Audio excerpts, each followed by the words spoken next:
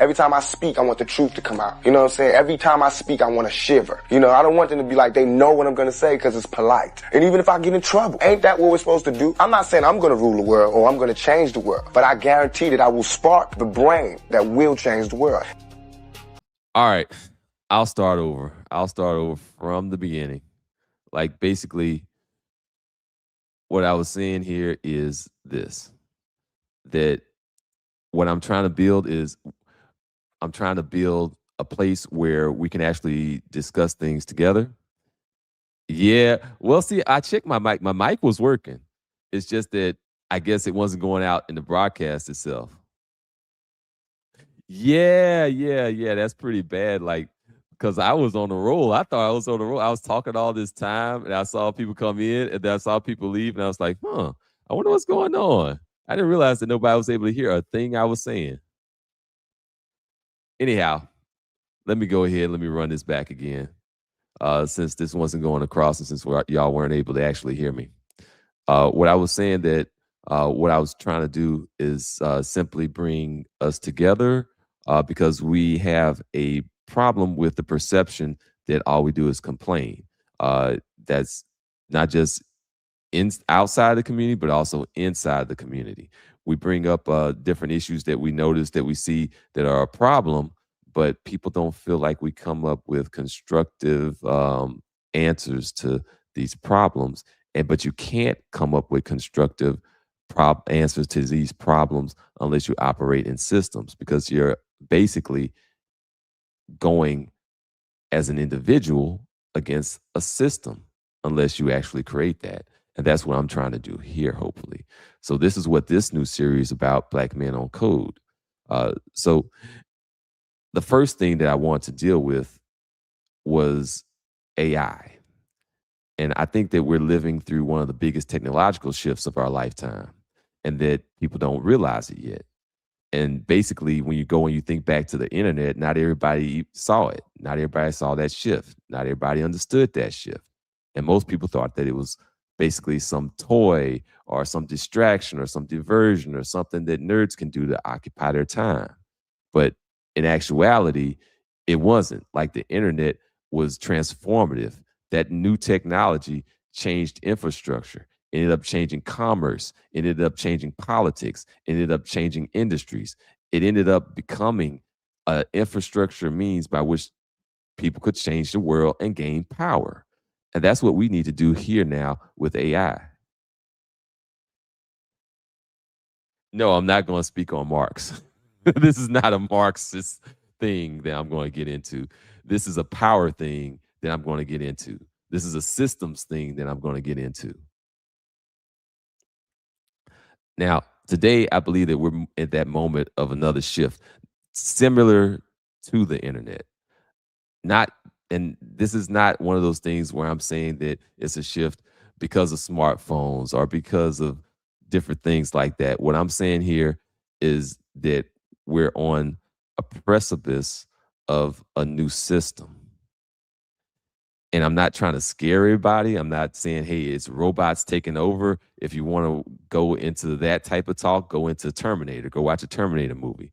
What we're talking about here is just getting into the next shift and into the next system and gaining leverage. I dropped the link, by the way, but maybe I should have pinned it. Let me try to pin it in case anybody wants to come up. Because this isn't just necessarily about one particular thing. It's not just about AI. This isn't just about, well, this particular episode is about AI, but the overall theme is about more than that. It's about like coming together and operating against systems as a system.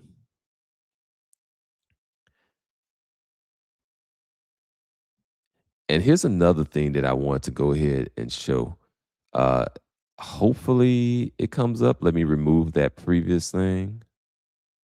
And then I'll put myself over here like this.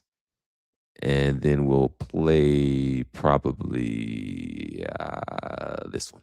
6 past, I wasn't prepared to translate that as I was doing that little tease. Oh, that's that little right. mark with the A and then the ring around it. At? See, that's what I said. Katie said she thought it was about. Yeah. Oh.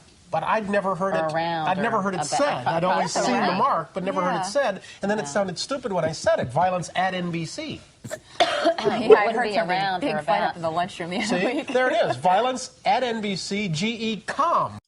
They actually mocked the internet, y'all, back in '94. I mean, Well, Allison should know. What what do you is say to that, internet Allison? anyway? Internet is that Massive computer right, network. the one that's becoming really big now. What do you mean? That's big. How does one? What do you write to it like mail? No, a lot of people use it and communicate. I guess they can communicate with NBC writers and producers. Allison, can you? Now that question there, like how do you fight a cabal of billionaires controlling systems? All right, let's go back a little bit into what money is. Money is not actually real. It's not a real absolute concrete thing. It only has value within a social construct, a social context. Like it only has value because we say it has value.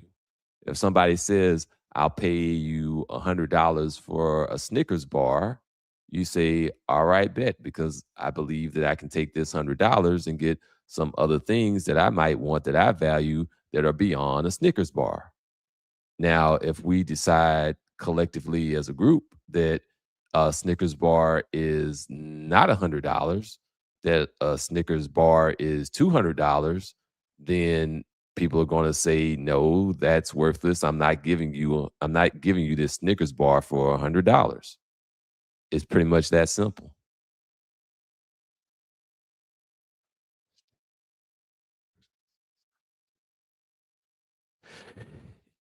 You do need to understand how capital works. You need to understand how everything works. And a lot of everything goes back to power. I'm answering stuff in the comment section. If y'all aren't aware, like got different questions, but I'm going and answering some of those as I go along. But let me continue playing. Explain what internet is. No, she can't say anything in 10 seconds or less. Oh, Allison will be in the studio shortly. What is What it? does it mean? It's a giant computer network made up of started from. Oh, I thought you were going to tell us what this was. It's like You've been a looking in the computer dictionary. billboard. It's not in it. It's a computer billboard, but it's Right. nationwide, and it's several universities and everything all joined together. And Right. it's- And others can access it. and- Right. And it's getting bigger and bigger all the time. It Just came in great. really handy during the quake. A lot of people, that's how they were communicating out to tell family and loved ones they were okay because all the phone lines were down. I was telling Katie, and I've But been you don't talking need that. You don't need a phone line to operate internet. No. back now at 50. I can't believe I was sitting there all that time talking to myself. I'm glad you came in here and let me know that nobody could hear me. But let me get back to the talk. So basically, like I said before, you can't fight systems as an individual. You have to fight systems with systems. Hey, what's up, usual? Glad to see you here. Can you see the link? Like basically going out there and trying to fight a system as an individual is like taking your armor and your shield and your sword and taking on an army, taking on Greece by yourself, taking on the Roman Empire by yourself. It's not a smart move. But one of the things about AI is that AI is kind of transformative. It's kind of moving things along. Ah, there goes Mr. Ruffin in the building. Glad you joined us. Salute to you.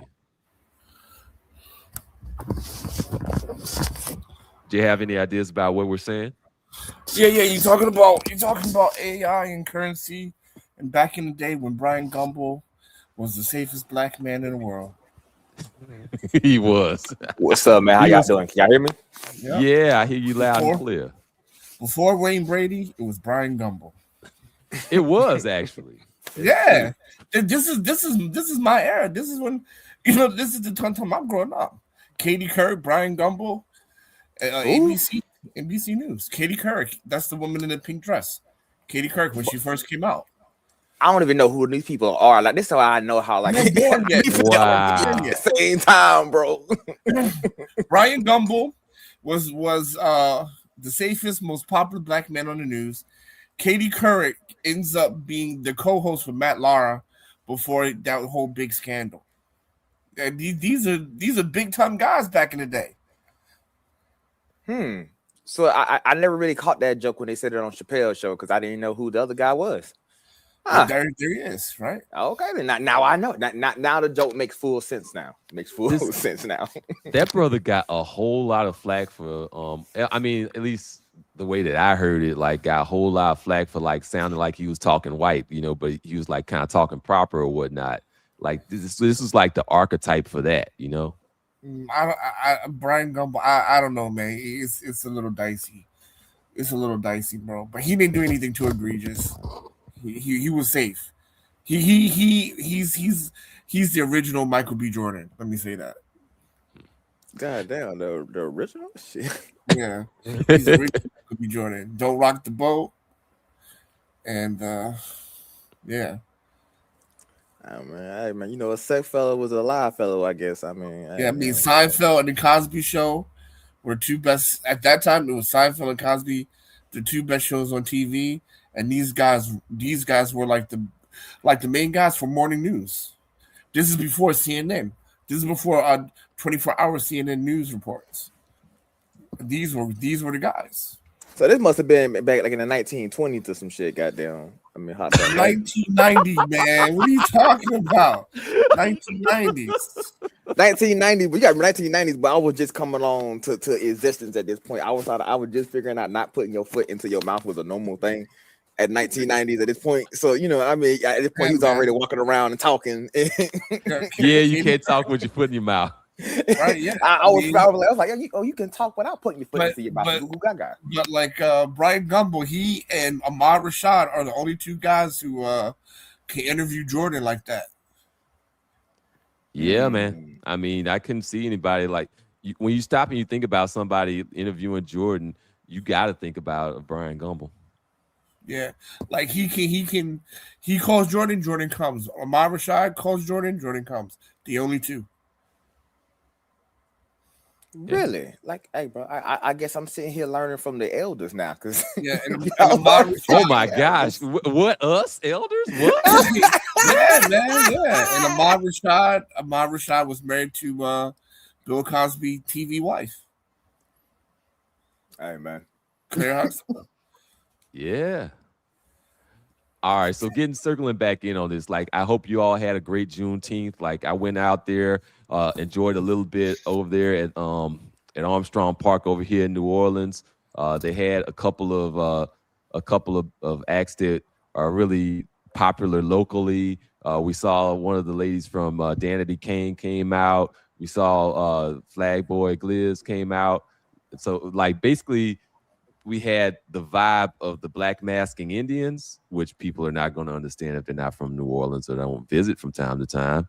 And then we had I guess you would call it the 1970s pro-African space folk that are still around today through their kids and grandkids that came out telling their side of things. And it was a beautiful thing. Did you all get to catch any Juneteenth celebrations yesterday? I was working, bro. I'm so sorry. I mean, my job apparently is racist because out here in the South, it's like we don't get no fucks about none of that, boy. I was out here in Georgia. It was like, Nick, you still gonna go to work today? So, Yeah, no, nobody celebrate that shit out here, man. Yeah, that's true. That makes a lot of sense. Dang, Georgia though. I mean, like, wait a minute, cause like Atlanta, you know, it's like I imagine Atlanta would do something. Man, I kid you not. I walked in. I was like, I gotta come in to work. They was like, if your black ass ain't here, bro, you may not have no money. I was like, well, goddamn. Ooh, yeah, you gotta get paid, man. Like, shoot, at least that's one thing I'll say about it. Like, okay, if you don't get off for Juneteenth, then at least celebrate that I actually get paid for work today. Yeah, it ain't free no more. So that's that. Yeah, that's a step up. Yeah. Yeah, but getting to this currency and AI, uh, bro, I hope AI is a bubble. Really? Yeah, I hope- Really? yeah. I look at it a different way. Like, okay, so there's two things here that come to mind immediately. Like, one is that a lot of this going on right now sounds a lot like kind of financial finessing, where they'll have like a line of credit or something for a company, and then because that company gets into all of this credit to build these servers and all of that stuff, and it makes the valuation of the company sound like it's higher than what it is. It's like the promises are way up in the air compared to what they actually have on the ground right now. But at the same time, they're not exactly totally lying either, because this is a new transformative technology that could become the next thing like the internet, where everything, like even like there's certain jobs that would not exist without the internet. And that's going to be the same way with AI, but they're kind of like leveraging the promise like in a hyper way. But that's the See, I thing that happens with disagree. futures when you're selling futures. I disagree. Right. I think will be the first technology that will take away jobs. This will be the first technology that will subjugate children. So, for example, in Finland consistently scores in the top 10 best academic programs. They produce the best top 5 students in the world, right? They did a 10-year study from 2015, 2016 till now. And they talk about how screens online has actually made kids' critical thinking skills drop. And this is elite students. It's critical thinking skills drop, typing and handwriting drop. So what they did, they got rid of all screens. They went back to paper books. They went back to notepads and pencils. Not even typing up your book reports, handwritten. This is middle school kids, and their cognitive learning jumped up 15% in 1 year. And so and all backed by science, talking about how AI is absolutely destructive to learning. Then we're looking at it now, right? The economy has already shifted. There's like computer programming, which was the new doctor and lawyer, that gone. People can't get employed in that, right? Now people are shooting for YouTube because that's how you make money now. The attention economy, right? Labor-free economy. I think it's actually different. I got an opposite view of actually. Hold on, let me land my plane. Right. So when we look at that, and then on top of that, when we're looking at the economy right now, everything is kind of hinged on AI, right? And if AI busts, we're in a recession. And the last point, the environmental degradation that AI causes. This technology is a locust through and through. All right, I'm gonna let you go for it first, usual, and then I'll circle back in with mine. I should have wrote down some notes because I got about 5 responses to that. Go for it, man. Oh yeah, okay. Well, how I look at the AI thing, it's not necessarily is the AI itself that is the danger. I think it's the people that's using it the danger. Like I look at AI no different than you would look at a gun. All right, a gun is a piece of metal with a little bit of a fire agent to go. It's the person using it that is making it dangerous, right? That's just how I just simply use it. I think there's proper ways to actually use the technology properly and still use it in a way that you can learn, right? Like if you have flip books or flip phones, right? We can flip from from section to section to section to section, right? You can make books that same way that have endless what is it? I don't know if it's endless. That's the wrong word. With huge data necessary, where you can actually just say I want to read whatever book, and then have it downloaded to your, let's say, a screen pad, or let's say like a screen flip book where you can actually just flip it and just get different titles or whatever and different information. It would be different if we used it correctly. I think the problem is the people are using it are just psychopathic, so you're getting psychopathic results from the people that's actually using it. Yeah, man, I can see that really. Like, so I think that so there's two things when we go into like studies and we go into surveys. There's correlation and then there's causation. Then there's like getting down to like root cause analysis. When you kind of look at the test scores going up like 15% after they got rid of the pads, it's like, okay, well, like with other types, all screens entirely, which is that's amazing because like we end up typing on screens like when all we actually not even like a laptop, not even a all screens. That's They took crazy. it back. They took it back. When I was in middle school. Screens did not exist in the 80s. You mean the 1800s? Look, I remember seeing a few computer screens that were around somewhere in the 80s. So I mean, there was some around. I guess school? maybe it depends. Well, I'm older than you. You are. No. The battle of the ages. High school was when screens were introduced in computer science class. But middle school and elementary, again, the studies is middle school children, grade 6 to grade 8, right? So they got rid of all screens. So it's definitely a causation, not a correlation. I still think it depends. So circling back into like what Usual was talking about, it depends on how you use it. Like if you actually sat there, because there was a time like where we had like typing classes with a typewriter. If you got proficient at a typewriter, but you didn't get proficient at a PC, you were out of luck in the job market because there's so much that you really needed to know how to use. Like you had to learn how to use Microsoft Word. You had to learn how to use Excel. You had to learn how to use all of these different things. And on top of that, like you have a tool, an object. You can use that tool or object for entertainment, or you can use that tool or that object to actually get work done. And I think we're missing the point. So what the studies have shown is that when we're talking about formative years, right? So this is where screen time is most detrimental. When we're talking about high school and college, screen time does not play an important role and impact on cognitive thinking as from grade 1 to grade 5. So maybe I should have said that in the beginning, right? I guess so. You're talking about what point point of development we're talking about. Right, the earlier part of development. Because I was just listing off things why I think AI is detrimental, but I'm not promoting Luddite, right? I'm just saying things have to be in its natural time. So, like for example, Gen X would be the perfect education system, right? So from grade 1 to grade 8, screens didn't exist. Laptops, only word processors existed, right?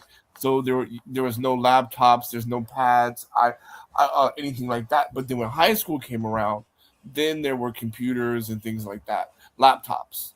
Then there were laptops and things like that. So generation is probably the perfect education system where you transition from the analog to the binary stage, I guess. No, this makes a lot of sense because you're going to want to teach algebra before you teach people calculus. Right.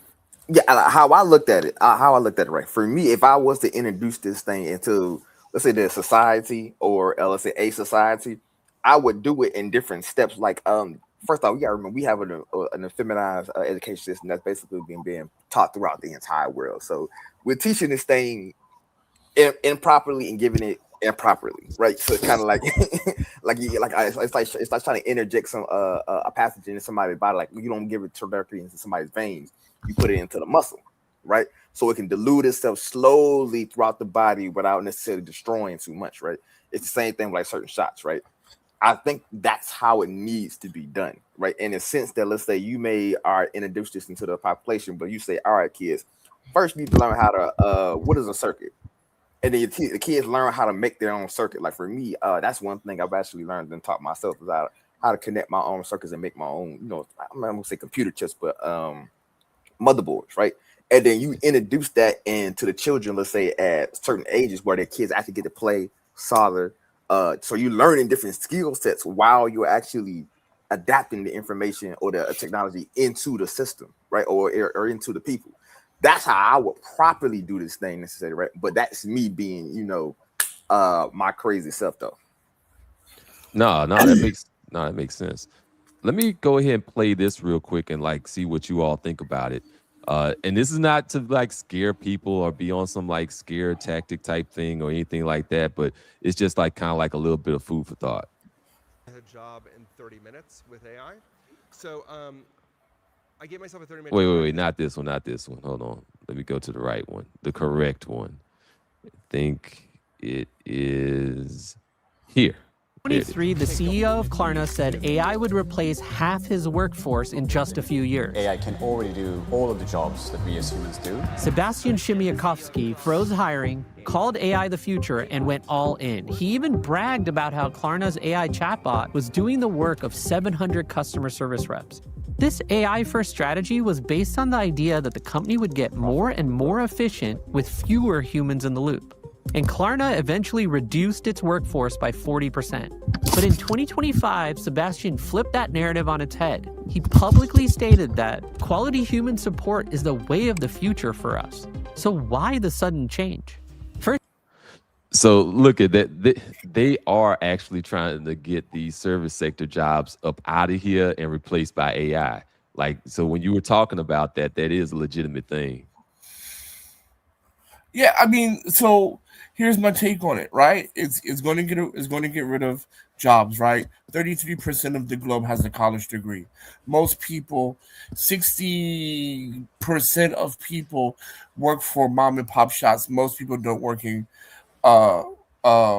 corporate America, right? Most people just work in mom and pop shops or the local grocer, whatever, right? So you're crippling your customer base. And then on top of that, let's not even talk about the fresh water that it needs to use for the cooling system, right? This thing is a locust, but I do use it every day though. Like, it's a locust. Okay, see what I'm saying?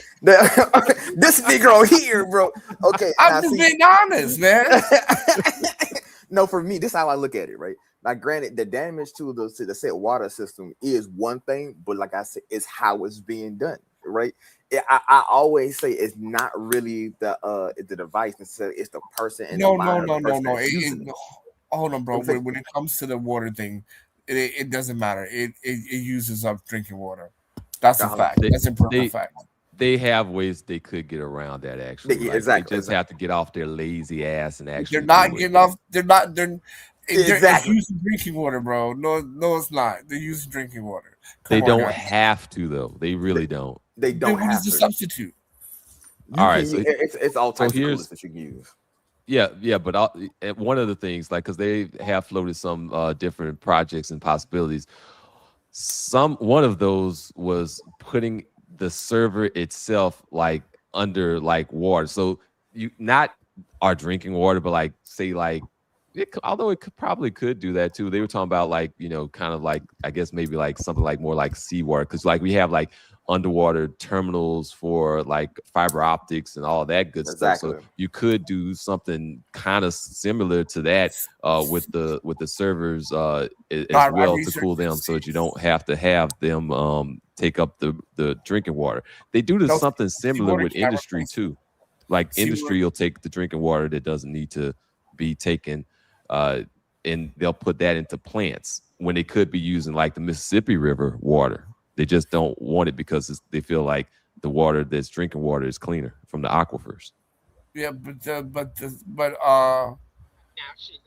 hold on a minute, real quick. Hey, Tom Ron, I was trying so hard to get you in here. I was pressing the button, add, and it just wouldn't let you up. Oh, okay. I don't know what's believe going that, on. bro. No, don't believe that. Don't believe that turnaround. He sent me a message earlier and said that we not let turnaround up at all. So this is a drug-free zone, and you letting up a Colombian. Oh man, Oh my that's what God. she might be sneaking into the pancakes that I don't know about. That's Hey, why I'm so bro, happy. them coconuts be hitting, boy. So that's what's Them up. coconuts That's be the hitting. the coconut pancake. She might be sneaking it in, man. I don't know, but I'm happy. So, but no, but seawater can't replace it. I actually did research on it. Seawater can't replace it, unfortunately. But anyway, we can move forward. We can move forward. Hey, as long as it makes us happy, let's go for it. Exactly. Yeah. I'm feeling good. It got the job done, boy. Yeah, getting the job done. Hey, 15 years younger, bro. exactly. But no, how I look at it is simply like this. Now for me, granted, I did small research into this, right? Like now, granted, it does take a lot more work. Like, because the thing is about anything, right? We could use gas. We use gas, right? But we all know nuclear energy is better, right? Mm-hmm. But why don't we invest in nuclear energy? It costs more. It costs more necessary, right? And people don't want to have that investment and the time and energy of doing it the correct way. You want it quick, fast, and want to make a profit, right? Quick, fast, and want to make a profit, right? Not correctly, not the best method, not the way that's going to have the most longevity. Was quicker and faster and it's going to make a profit. Like now, if you go granted, now this is a small research, this is like some off the wall shit. But if you have it like tucked into a mountain, right? And then you have said mountain necessarily either cooled or whatever, but what have let's say fresh drinking water, cold water, whatever kind of water you just want to have instead of the mountain, you can definitely have this thing sit there and be cool and tipping and regulated by the earth itself. Now, there's a methods of doing this, yes. Now, granted, are people willing to invest the time and energy to carve out a mountain and then fill it with water, and then you can put this thing in it and have it there just as a computer base and have it safe? That's a lot of time and money. Yeah. And a lot of skill sets. No, what you're saying is absolutely correct. Like a lot of what we end up doing is the same thing because people want to be freaking lazy. We don't have infrastructure for this. We don't have infrastructure for that. We ran into that when we were talking about electric cars at first. Like that was a whole thing.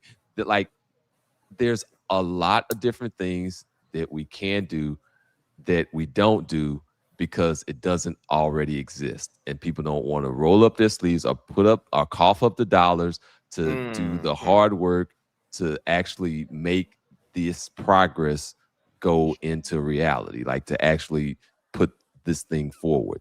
There are options. Like even like we were talking about like a space elevator and all, like, yeah, that's nice, but like they're not going to cough up the money to do that. A train that's like what's that? That vacuum type train that could go like so fast, intercontinental. Yeah, do that. You mean a bullet train? Yeah, it's not a bullet train. It's something not different. A bullet train is something else because it like would be in like a tunnel. I forgot the name of it. Oh, I've seen that. I researched that before too. The Hyperloop. I think it's a Hyperloop train. I think it was Hyperloop train. Probably that. But like, you mean like the one they have like the Eurotunnel train, like the ones they have for the Eurotunnel, where that connects France with Britain? No, that's not. Goes under the English Channel, something like that. Okay. No. It's talking about it's a Hyperloop necessarily, but I don't want to get into the science of it. But basically, it's like a train that's in a quote unquote a vacuum steam area. So basically, it can just fly really fast because it doesn't have the friction of the air inside of it. So friction is a big thing. So friction wastes a lot of energy. If you can get your efficiency around friction, then you're actually maximizing your use of energy. And since you brought up nuclear, that's kind of like into my bag. Like we'll have like freaking Mars rovers that are nuclear powered, but you don't have cars that are nuclear powered. You don't have, and you have people trying to get rid of and not get new nuclear power plants up and running. We just keep redoing the same or re-extending the ones that we have 50 years old. They were supposed to stop. Let's just extend them again, extend them some more, because the thing that makes it expensive is the insurance side of things. Trying to insure it is what ends up becoming the big problem. And they don't want to cuff up the dough, like you said. I keep saying this, it's not necessarily the issue. Like when you look at the Japanese society, like I'm not trying to glaze these folk too much, right? They have a hyperloop, but they have a bullet train that can go from one end to the other end of hypersonic country, right? And the thing is, the United States has triple or quadruple or 5 times the money of Japan, right? We could have definitely built the same system where you could have a bullet train go from, let's say, Georgia to all the way from California, or California all the way to New York. These are things that can be done. It's just that the people who have the money and the finances, or the people who have the control switches of society necessarily don't want to do it, right? When you look at what's the Japanese side, I'm saying, I'm gonna say it again, right? They had these nuclear things. I mean, they just didn't properly manage it, right? The thing is, when you have set technology that is all very good and also dangerous, you have to treat it as such. Like, I understand that. I look at these things kind of like fire, right? Fire is a very, very good element. But if you play with fire like it's a toy, you can burn down your house. You can get burnt easily. You can get burned to a crisp.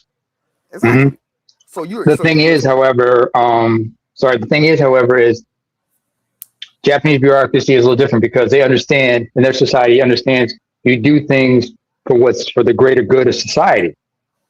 In America, unfortunately, especially the capitalism being what it is, there are too many systems that benefit from the status quo for you to introduce any new type of technology. So if you try to do a bullet train, who loses out of that?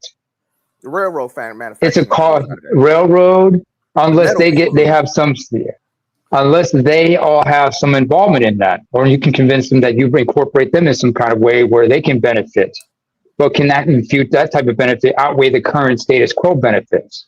That's where that's where the problem is. And more importantly, the infrastructure and everything needs to change, and the technology, but it's going to take time and place because, too many entities who benefit from it have reason to try to put a stop to any advancement in technology until it's absolutely to the final minute. They're going to push the envelope and try to see how far they can go. They're going to keep kicking the can no matter how far they reach that dead end. Yeah, the power of lobbying is real. Like sometimes, like our regulations will end up becoming highly impacted by industries because they know that the little smaller startups, they can't comply with the regulations. So hey, let's go ahead and put these regulations in. We're going to complain about it, in front of the cameras, but ha, we get rid of those little small fries over there. Yeah. And when we stop and we think about just the infrastructure around like cars, like just the cars themselves, like you have tire shops, you have mechanic shops, you have the oil changes, you have the streets that have to be repaired constantly. You have a whole lot of moving parts there. You have the gas stations. You have all of these moving parts here that impacts a whole lot of stuff. Before we continue, I have to say some things about Mr. Ruffin. In his defense, what he said about Tunnel Runner, I don't blame him. In fact, Tunnel Runners, a theme song should be "I'm in love with the Coco." No. You know what? That's actually that way. What number No, I'm talking about that Busta Rhymes OT Genesis song. Oh. I'm in love with the Coco. Hey, man. Okay. Yeah, I can't stay for too long, I understand. I can't stay for too long, but I appreciate it. But how I look at any civilization, I don't know if you ever play like them sim games. It's like a skill tree, right? If you invest certain skills in a skill tree, you get certain different kind of results, right? So correct. That's just the reality of it, right? So if let's say you was to invest, all right, let's say instead of the United States being so money hungry and power hungry, they actually invested in what's going to be best for the American society. And they actually invested in quote unquote making, let's say, the American society actually the best society they possibly can actually do. Right. Then you stop quote unquote investing in oil. You invest in from here to here. You invest like let's here to let's say electronics. Then you start investing in quote unquote nuclear energy. You have a vast different society, and I'm actually willing to bet that you actually have a smarter society overall because. Let's say that you actually raise your kids that we're soldering and doing electrical work necessarily, or how to make your own electric board. You're teaching your kid at 8 or 5. He's just like, okay, you connect this to this electrons and neutron necessarily. You teaching this kid at 5 these basic things. By the time this kid is 22, he already understands the basics of electronics and magnetism at a fundamental level. Yeah. I mean, like on top of that, like, and I wouldn't even just call it like just like smarter. I would call it like more efficient. Like if you can be more efficient with what you have, you can actually have an opportunity to win at the game. And that kind of brings me to another video that I want to play real quick if y'all have a moment. Neymar, I know you might have to drop. Did you want to say anything before I get into this? Yeah, to what Zula just said just now. I think what people forget about is for each nation or each society, when it comes to whatever they advance, whether we're talking about real-time strategy games or in real life, the environment and their geolocation dictates everything. And the demands and the pressures of their environment is going to determine what they're going to focus on primarily, be it the topography, the flora, fauna, and where they are on the globe. So geography is everything. Yeah, that whole like accident of birth, like accident of what family you're born into and what country you're born into and what city and what country can really impact a lot of your outcomes. I'm talking about the greater society. The greater society. Like, look at the geography of the United States, compare like the geography of Singapore or of Panama or of places like Kyrgyzstan or Uzbekistan in Central Asia. I have to agree with Neymar on this one because in Japan, I'm using this as because I've been visited so much. They understand the concept of we don't have that many resources, so everything that we have, we must use to the maximum of our ability, right? So when you have that kind of mentality, when you do get resources, you say, "How can I best use this?" But if you have a mentality of resources going to be forever abundant, and I can just rob more people for it, you don't properly use anything. Ooh, so what you're saying here is that you're seeing a nation on that like there's like this little scale or graph or whatever where they talk about like, hey, build up, and then going down into like decline. That going along with like comfort and actually paradoxically sometimes an abundance of resources can be a net negative. I get that. I get that. Let me go ahead. Hey, Tunnel Runner, you didn't get your chance to, before Neymar ends up dropping off or anything, you didn't get your chance to do a snapback. Like you got like snapback with. I think he admitted defeat, bro. I mean, no, he got them coconut pancakes over there. He got coconut pancakes and lemonade. He's in a whole nother world right now. Yeah, I want chocolate chip on some pancakes. Like it's been a while since I tried that, so I want to do something where I throw in some other, maybe blueberry pancakes. Exactly. There we go. I'm sorry, brothers. I'm sorry, but just being in paradise sometimes, you get kind of clouded, and it's foggy, He's on cloud nine. He's on cloud nine. Your mindset is just in a different area. You got to jump in when things are going good and stuff, and you just back off and things are just cool. Everything's good. Yeah. I hope you fall on a rusty nail, bro. That's all I'm enjoying life. Oh, come on now. All the hate is real. I hope he step on. The hate. How dare you be? How dare you be jealous of a man who's happily married? He's happily married. He has a right to be like that. More power to him. I'm sitting there clapping with an angry face. I'm clapping with an angry face. Yeah. Hey, and when they say that they had that lyric in that song, like how you hear those hating from outside the club, they can't even get in.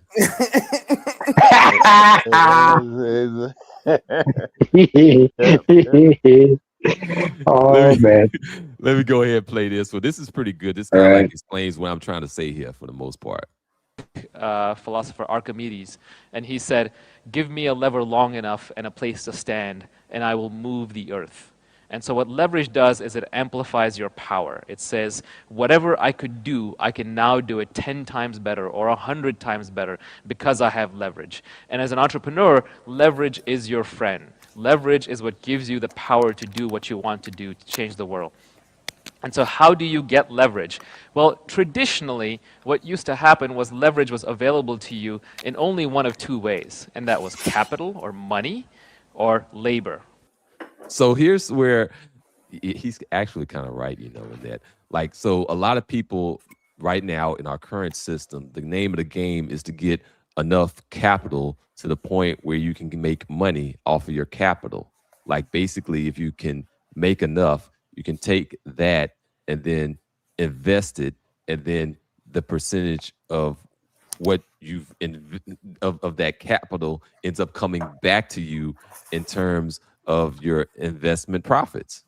And so that's one side of things. Like it's, and we live in a capitalistic economy. So like, if I'm over here and I keep on making this analogy over and over again, I'm going to keep on at it until somebody comes up with something better. But if I have enough capital to buy a push mower and I'm going into business mowing lawns, but my competitor has enough capital to buy a riding mower and a push mower, which one of us do you think is going to have the better or most success in our industry? It's going to take a whole hell of a lot of labor for me to kind of mow that big ass field, that big ass stadium.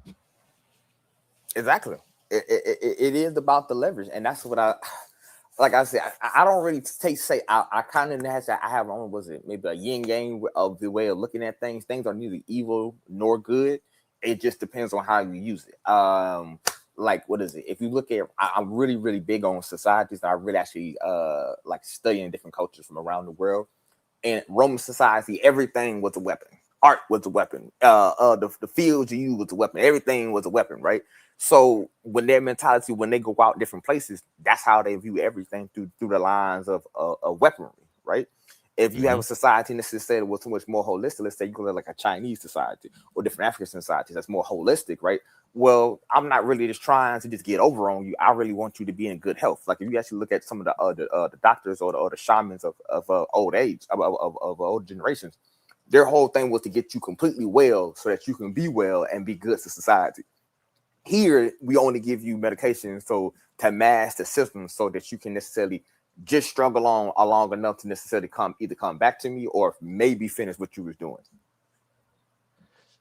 Yeah, man. Those two necessarily mentalities give you two different results. It's like if I'm doing this, it's like one man is building a temple for for his God or for his kids or something that he thinks going to be for longevity. He's going to take this special time to go through every stone to make sure every stone is proper, necessarily the gradient, everything. If somebody say, I'm trying to build this thing so I can get paid real quick and leave, I'm getting the cheapest stone, long as it can hold decent enough so that when you step on it, don't break. And after that, I'm gone.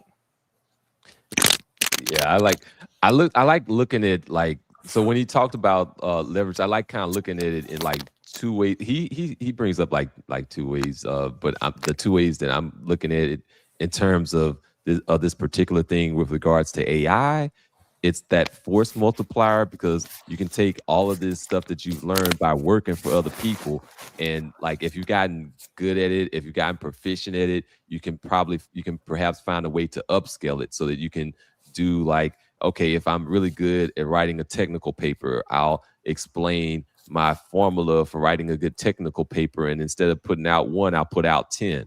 Or I'll see this transition going on in the industry and maybe I could get on top of it. Like, okay, so maybe if we have the next pandemic coming around, what exactly do people need and what in order to kind of like bolster and put yourself in the best position. Like, okay, if I would have known ahead of time, maybe I would have invested in a whole bunch of N95 masks or something. You know what I mean? It's taking on the force multiplier of the advancement of the technology, but then also taking on that timing to act in the best timing possible to get the best possible outcome that you can. But for me, like how I use technology, I'm a very if you actually saw my crib, right? I had electric floors, right? And the reason I had electric floors that kind of laid up, I like to have low tech things that's high tech, right? So like, my floors are that's low tech information, right? But then I started putting special little LED lights in my floors that when I walk on them, it seems like I'm walking on the sky. like I use it. I use necessarily my my technology low tech necessarily in a high tech way, right? So I'm not trying to radically change my environment too much. I just want to upgrade a small little things here and there. I think that's really the difference in the mentality of how you use the stuff. So basically, you were like, you just wanted to emulate Michael Jackson in the Billie Jean music video. I mean, you say that. Oh man, I thought that was so cool when I saw that first time. That video like blew my mind as a kid. But see, that's how I look at it. Things like for me, is if you use it properly, it'll give you the right results. I mean. And I think what the other guy said, I don't really know him. It was I think the white guy earlier, right? When he was trying to cut 40% of his staff, then he said, "Oh, well, I think he started at that. I don't know if he did a hire back or whatever, but he figured out, oh, me cutting this many people is actually a detriment because at the end of the day, you're trying to do this to have control, to eliminate as many people as you possibly could. When in actuality, what actually makes AI is actually the height of its use. It's actually the group think or the group necessarily being and everybody using it at the same time or having different pools that it can pull from or different wells that it can pull from makes AI a greater tool for everybody and the person that's the quote unquote using it. Man, when you stop and think about that, that kind of relates to the next evolution of communication in a sense. Like a lot of why we're able to be what we are as a human society is because of our ability to transfer thoughts from one person to another, from one generation to another. And exactly. Yeah, and that's kind of like what this does. Like the more people that we get involved in it that are using it, the more knowledge base it gets and the more effective it can become. It's a feedback loop. Like for me, I actually I wrote a paper about this. I'm kind of like shy about giving out my papers, but like I wrote a paper about this because at the end of the day, it can be like a feedback loop. Just like for me, when I don't know if you ever heard, have you ever heard of South African music or Amapiano? I've heard maybe. Okay, right. Afro piano is just like house music that just got took into South Africa, right? It changed a little bit, but it has great sound, right? The same thing, that same music went to Brazil. You got funk music, right? So the whole creation of those three genres of music, which seem to be some of the highest genres of music, it came from one place. But it was a feedback loop of people actually listening to each other, taking the piece where I can't hear it, and trying to upgrade it, and then bouncing it back amongst themselves. That actually creates the feedback loop. What actually gives you what you actually need to actually have the thing work correctly. Then you have I won't say an endless feedback loop, but I would consider almost an endless feedback loop of a creation that you can actually do. But that's actually using the technology holistically, not capitalistically. I think the term you're looking for is continuous loop. You mean a continuous loop, not endless? Well, yeah, I guess I guess so. Yeah. My bad. No. It's okay. It's okay. That's what I'm saying. That's how I look at things when I'm trying to implement things. How can this be a holistic thing? But the people that's actually using the technology, he said, well, I can cut down 40% of people and I can get, was it a 30% or 40% or 6% boost in my net profit. That's how I'm using it. You see the difference? Yeah. Yeah, absolutely. And I would counter that by saying something. I remember something Henry Ford said about the relationship between the employer and employee, because he said when he was running Ford Industries and Ford Motors, he said that you still everybody else, every capitalist said you still have to pay your employees a livable wage because it's a two-way street, your relationship with these people, because your employees also are your consumers of your products. and don't think you can compensate by exporting things overseas. Because I understand profit, if you're too focused on profits, and it's very, because the thing is, like, you see that a lot of these corporations are very short-sighted in their strategy. And to start losing money and to have a net loss in any quarter or any year, any fiscal year, can just affect their position in the company. CEOs constantly have to watch their back because they know other executives are going to be looking to take over there and replace them, especially when you have like a board of directors meet. Especially this is a public trading company, you have like board of directors and stockholders meetings and such. Exactly. And for the gentleman in Klarna, I understand what he's saying, but there are certain things he's got to work around, especially where his base of operations is, because especially because Klarna is a Swedish company still, and they're based in Sweden, so they're still subjected to EU regulations regarding labor laws.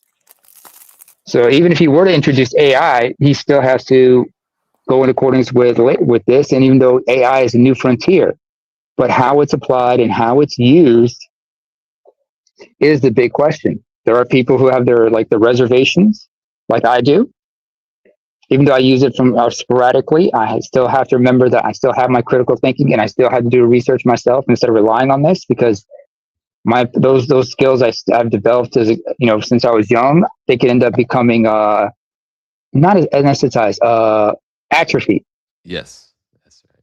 And I still remember, because I'm an early 80s baby, I still remember certain technologies from the past and how they were applied, and my father taught me those things. I learned from elder people how these things apply, and I don't think it's a bad thing to teach children how to work them, because they understand the history of everything and they become more appreciative of the era they live in. I'm gonna say one thing, right? Like, all right, I don't think the technology is the issue. I think it's actually, like I keep saying, it's the people that's using said technology. Like for me, now granted, I live in Georgia, right? But like down there in Florida, there's the people who just live on boats. That's just what they do. They just live on boats and they just enjoy them lives living on boats. Those people were some probably the best sailors that America ever had. America destroyed those people way of living because they wanted them to pay rent. Now and let's say society now, they need those kind of sailors. They need those people who had the marine mechanics. They need those people now. And but you basically quote unquote gutted their whole community because you wanted people to stay on land and pay you and pay you a stipend because you don't want to work. You see how backwards that is now. That's when you need these people. Like for me, I always think I'd rather you have something that's longevity and that can be useful than get the quick profit. And but American society is always set up for the quick profit. Yeah, everything's really kind of like revolving around quick profit and like right now, like microwave profit. That's what I really want to call microwave profit. Like, yes. I need that big return right now, and not just like a steady, stable profit, but like it's this crazy profit over and over again. No one is thinking long term. No one is thinking long term, or have the capacity for that type of foresight. Everybody's very myopic in their thinking, and more importantly, they think they can compensate to Zulu's example. They think they can probably compensate by outsourcing these jobs to people in other countries for much less. Let's not forget how certain companies use things like the H1N1 and visa, and how open that's been to abuse. Hey, Inspire Truth. I just wanted to say, today my wife is graduating from her English studies, and she has her cap and gown, and she's looking lovely. Congratulations. Congratulations, Mama. Congratulations to Miss Tunnel Runner. Tunnel Runner. Hey. We gotta keep going up. I hope she. Keep climbing up the hill. We got to keep. Hey, you got to add more to school, more tools to boxes, more tools to the toolbox, more new skills whenever applicable. You know. Yeah. I just hope she doesn't. I hope she doesn't try to do a Desi Arnaz on you and go like, "Hey, Tunnel Runner, you have some explaining to do." Oh, you know what I'm saying? We ain't got to worry about that. I lock that. I'm telling you, let's lock down. You see, I work on that, man. It's an actual process that you have to work on to stay on top of. You know, you can't you can't be lack about it. You got to be on top of it. You got to be thinking about things. Absolutely. Happen. You got to put the ice. Women are can be. Well, let me be quiet. Women can be very effective. So you have to make sure. Secrets. But you have to make sure that they're their mindset in the way that you want it to go. Try to keep them around people that you want to to live up. But anything can happen. But so far, so good. Mm-hmm. But you know, Oh yeah, anything can happen. good point. But I do want to say one thing real quick. Where as to stay on the title, it is a big opportunity for Black men. I think it's a great opportunity if we actually invest in it wholesale. I think if you had an entire country, or let's say a whole population that knows, I'm not gonna say what will be the basic level of coding. Let's say just know how to run Python, run a simple Python script, right? And then how that would change society. And if everybody knew how to do with their own circuit board and can run their own Python code to at least say, it can rate its name, it can say, it can gather small information in a certain location. If that was common knowledge, just like how everybody can tie their shoes in American society, or let's say still whatever society, right? Imagine how that actually reverberates through society when you get new technology, or when it comes to just doing anything, or how that reverberates through society will be amazing, I think, or scary, depends on how you're looking at it. I think that we're already like really creative people. Like maybe I might be kind of like tooting my own horn of our of our folk and stuff, but like we've been like incredibly creative folk over this whole entire adventure here in the US in the United States. Like I see AI as an opportunity for us to put some of that creativity to maximum effect and kind of get around some of the roadblocks that we would have come across in other sectors. Like there's definitely like different buddy systems in certain types of employment. There's definitely some issues that come into play when it comes to access to loans, like getting a loan and who's getting a loan and how that looks like. Oh yeah, Elon, he can get like he can get this access to credit. He can get the government come in and subsidize this with up to billions of dollars and all of that. But then somebody that looks like me strolls in with an idea and like, yeah, we're not doing that. So I think that some of the different roadblocks and some of the friction that exist in the human economy can possibly be mitigated by working with and through AI. For me, like I said, I've always looked. I'm not trying to replace the people. I'm trying to enhance the people so they can get me a better product. That's how I'm looking at it. I don't know if you ever.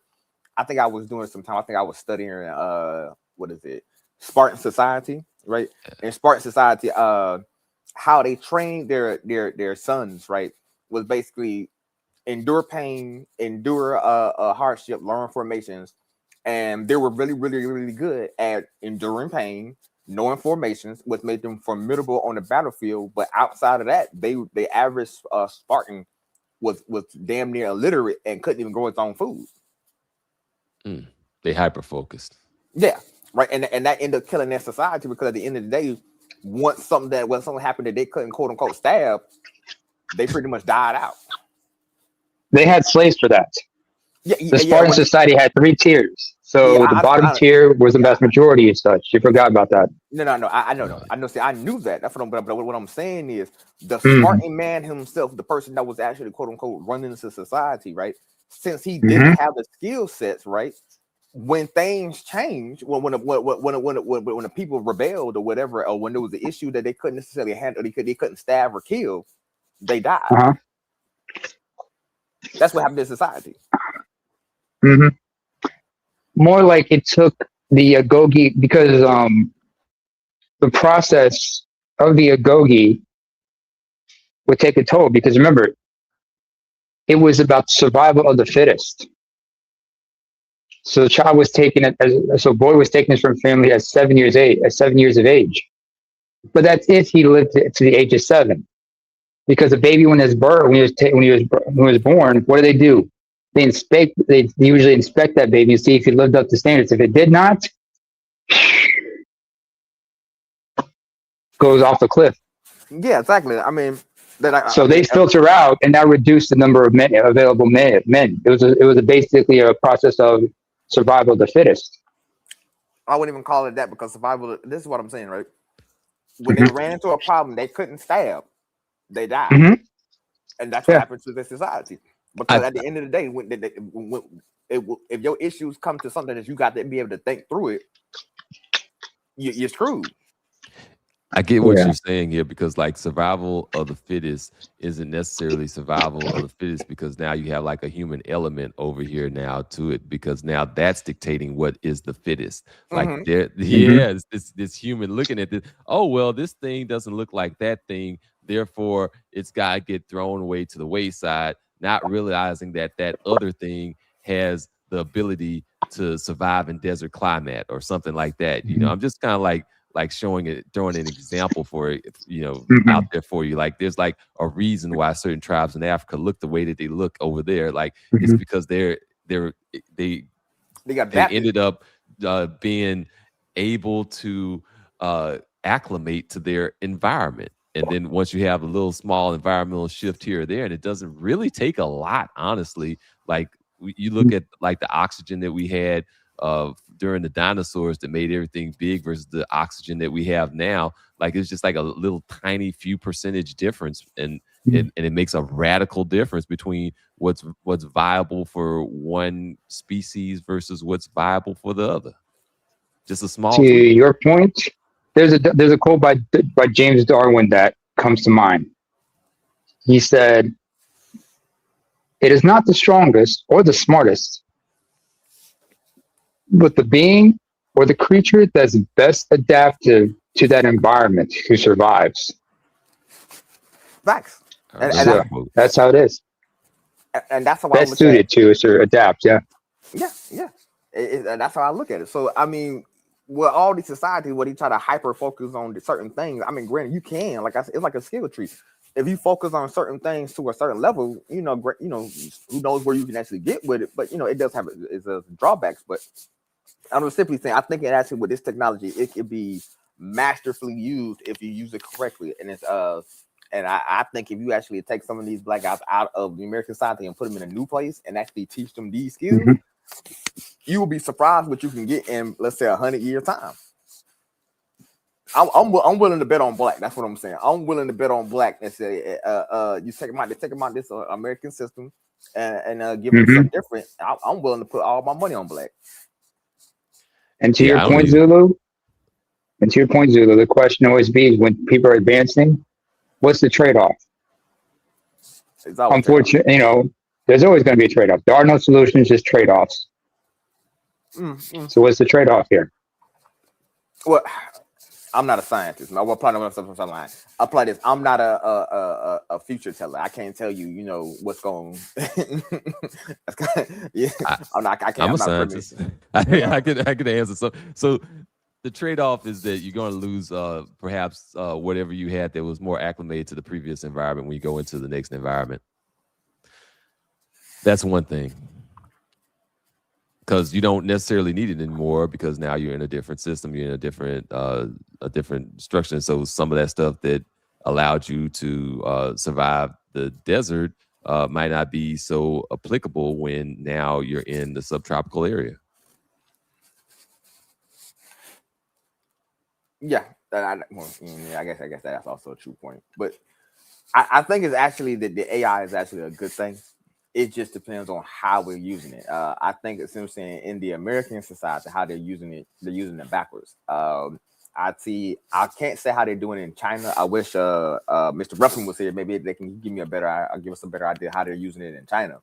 But the way they're using it in China, I think is actually pretty good, because I don't know if you've ever seen the light shows that they have there with the drones. I've seen like a little bit of like something on Instagram, I think, about that, but I didn't know that was just limited to China. I mean, I think that they had like the drone shows over here too. No, the scale of it changes everything. From how many I've seen them actually turn a whole drone from like a waving hand into a dragon into a picture of I think the deceased member of their society a couple 100,000 years ago, all of within, let's say, a 30-minute motion. Right now, understand how it if American society used drones in that kind of way, how would your brain formulate how to quote unquote use it? Like that, they use it in a different way. Just in a way, like gunpowder was technically was made in China years ago. They didn't really use it for warfare as much. It was used more as a decorative thing for fireworks. Yeah, I remember hearing that. Like, I never did actually like get around to fact checking that, but like I was told the same thing, that it was like pretty much used for entertainment purposes, and then it got repurposed for warfare. Well, technically, they did use it for warfare, but the main thing was for entertainment. So they did have a hand cannon. I actually did study this a little bit. They actually did have a hand cannon that they used for, but the main purpose for the day-to-day use for was it gunpowder, or which would be known to be gunpowder, was actually just for fireworks, entertainment, to play with it. Yeah, I mean, I think so. I guess kind of like circling back in on AI, like a lot of this is going to end up falling into both sectors. Is going to be like productivity maximization of getting things done side of things, but then you're also going to have a lot of that entertainment and going into the attention economy side of it as well. And depending on, and we're already kind of like in an attention culture already. Like a lot of our main, and not all of it, but like a lot of our, think about like how much like some of like our celebrities make, like our actresses, our singers, our athletes, and all of that. Like even the athletes, like those athletes are entertainers, man. I mean, that's still entertainment, and then that's pulling like several billions of dollars and all that. It's not like the biggest part of our economy exactly, but it does definitely draw a whole lot of our attention when we get into like sports and entertainment industry. I actually say it's the opposite. I say in American society, right? Entertainment is a huge part of society, right? And it makes a lot of money, especially if you're looking at the fact that it's actually projected into other places on the world. Like you have people watching Michael Jordan and was it LeBron James and whoever, and China all the way to the Philippines. So much to the point that now when I play basketball, everybody plays street ball now. Don't nobody really do what is it? I would say the Caucasian version of basketball. The only style of basketball that you really quote unquote really see outside is American basketball. You mean like the N1 circuit? Yeah, the N1 circuit. Yeah. Yeah, see what I'm saying? That's pretty much what you just basically see, because that's just basically what where you get to. Like for me, I study boxing. I love boxing, right? Everybody has different styles of boxing, right? But if you really want to say, all right, there's a Russian style of boxing, you have a Mexican style of boxing, you all different types of styles, right? But as they quote unquote necessarily been going on, you see everybody out here trying to do a Philly shell now, like like everybody is a Philly shell master. Yeah, that's kind of like one of the things that kind of like brings me back like to like how we're using AI. Like I feel like, I don't know about like you all, but like I really do kind of like end up using it a lot to like research stuff faster, like looking at stuff faster, maybe write stuff faster. Like, I mean, it's really with the whole like communicating side of things. It's like, okay, like instead of like parsing every single phrase, like, oh, what am I going to say about this or that, or can I say this or that, and like go ahead and write the damn thing. Like, oh, okay, the things, okay, I can work with this and go ahead and say what I want to say without so much friction on the getting to what I'm trying to say for part of it. Brainstorming, like you can take like your idea and then you can expand on and connect the dots on certain ideas that you couldn't otherwise necessarily quickly connect the dots on. Like it's like, okay, what evidence do I have for this so that I can connect this idea to that idea? It's like, oh, okay, now I can seamlessly connect these different ideas that are related, that I know are related, but can't explain how they're related. And so then you can also like kind of like learn faster too. Like I'm not doing it just yet, but maybe Turnaround might tell me like about like how you can use AI to learn another language. Like some people are trying to do that, and some of them are actually finding like some dividends on using AI to learn the language a little bit faster. I'm going to have to get on that with Spanish for sure. and like you can do your analytics, like analyzing things that might have taken you a little bit longer. Now you can do that faster. And definitely on the content creation space, I'm seeing like content can kind of move faster because I can get like that exact music prompt together that I need to make exactly the type of music that I want in Suno AI, so that I can go ahead and do my my video with exactly the type of vibe and feel for the music that I want. But what about y'all? How y'all using it? For me, I use it the same way. Well, I use it like somewhat different. Like for me, I tell everybody I do farming, right? That's my little side hustle, right?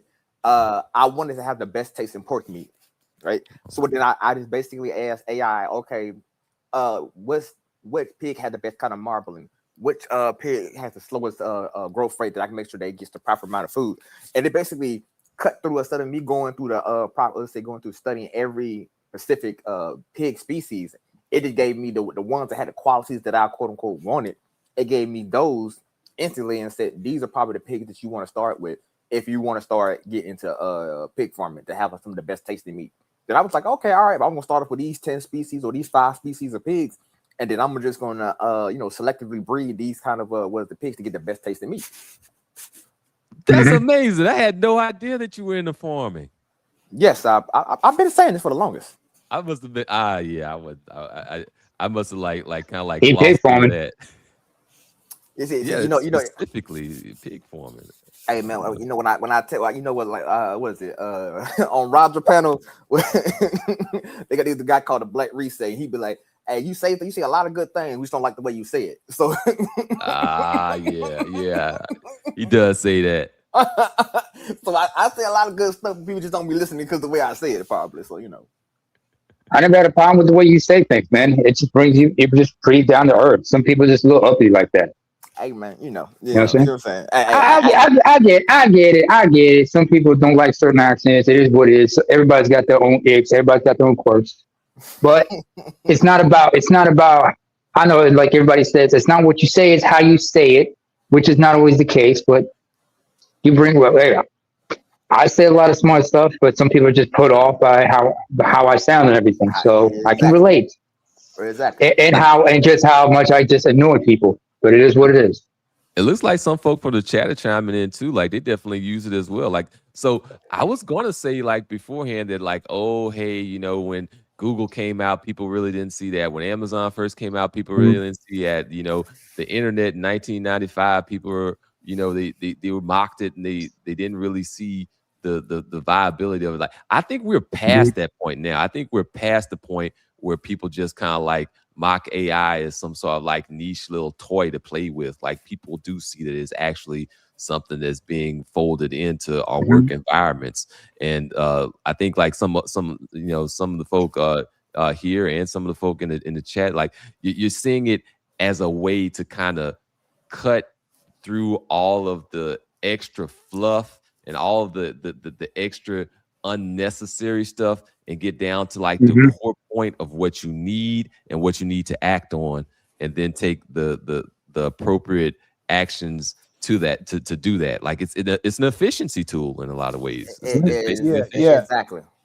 Like I mean, and the thing of go ahead. Oh no, go ahead. I was just gonna say, like, I get inundated with emails, so if I can just kind of go through and like, hey, point out the things that I need to act on right now out of these 170 emails. So yeah. And I would say this first and foremost, what people don't understand, what people sometimes forget about is how technology was primed into a lot of us, especially us younger generations, because starting with the late Gen X, the early millennials, we were introduced to certain concepts about space and other advanced technology and advancement in the world through anime series, Japan anime as well. Those futuristic cartoons are what got us interested in stuff like this. A lot of us, grew up playing Legos, and when they progressed with with CGI and such, it primed us to think more openly about these things. That's how a lot of us are more open to things like virtual reality and other things in the mid to late 90s and whatnot. But go ahead, whoever wanted to speak. Let me get in there. Yeah, thank you, sir. Thank you. Yeah, I was just going to say, I got my wife a private tutor to teach her English. and she prefers to use Chat TV. Whoa. Yeah, over because I'm thinking like I'm looking at myself, and I do better with a private tutor than AI. Even though AI is very helpful, I have some apps that are teaching me Spanish, but she preferred the AI over the private tutor. So, that was kind of shocking to me because I was paying, I was willing to pay the money, but the AI was working better for her. So, I'm like, yeah, whatever works better, baby.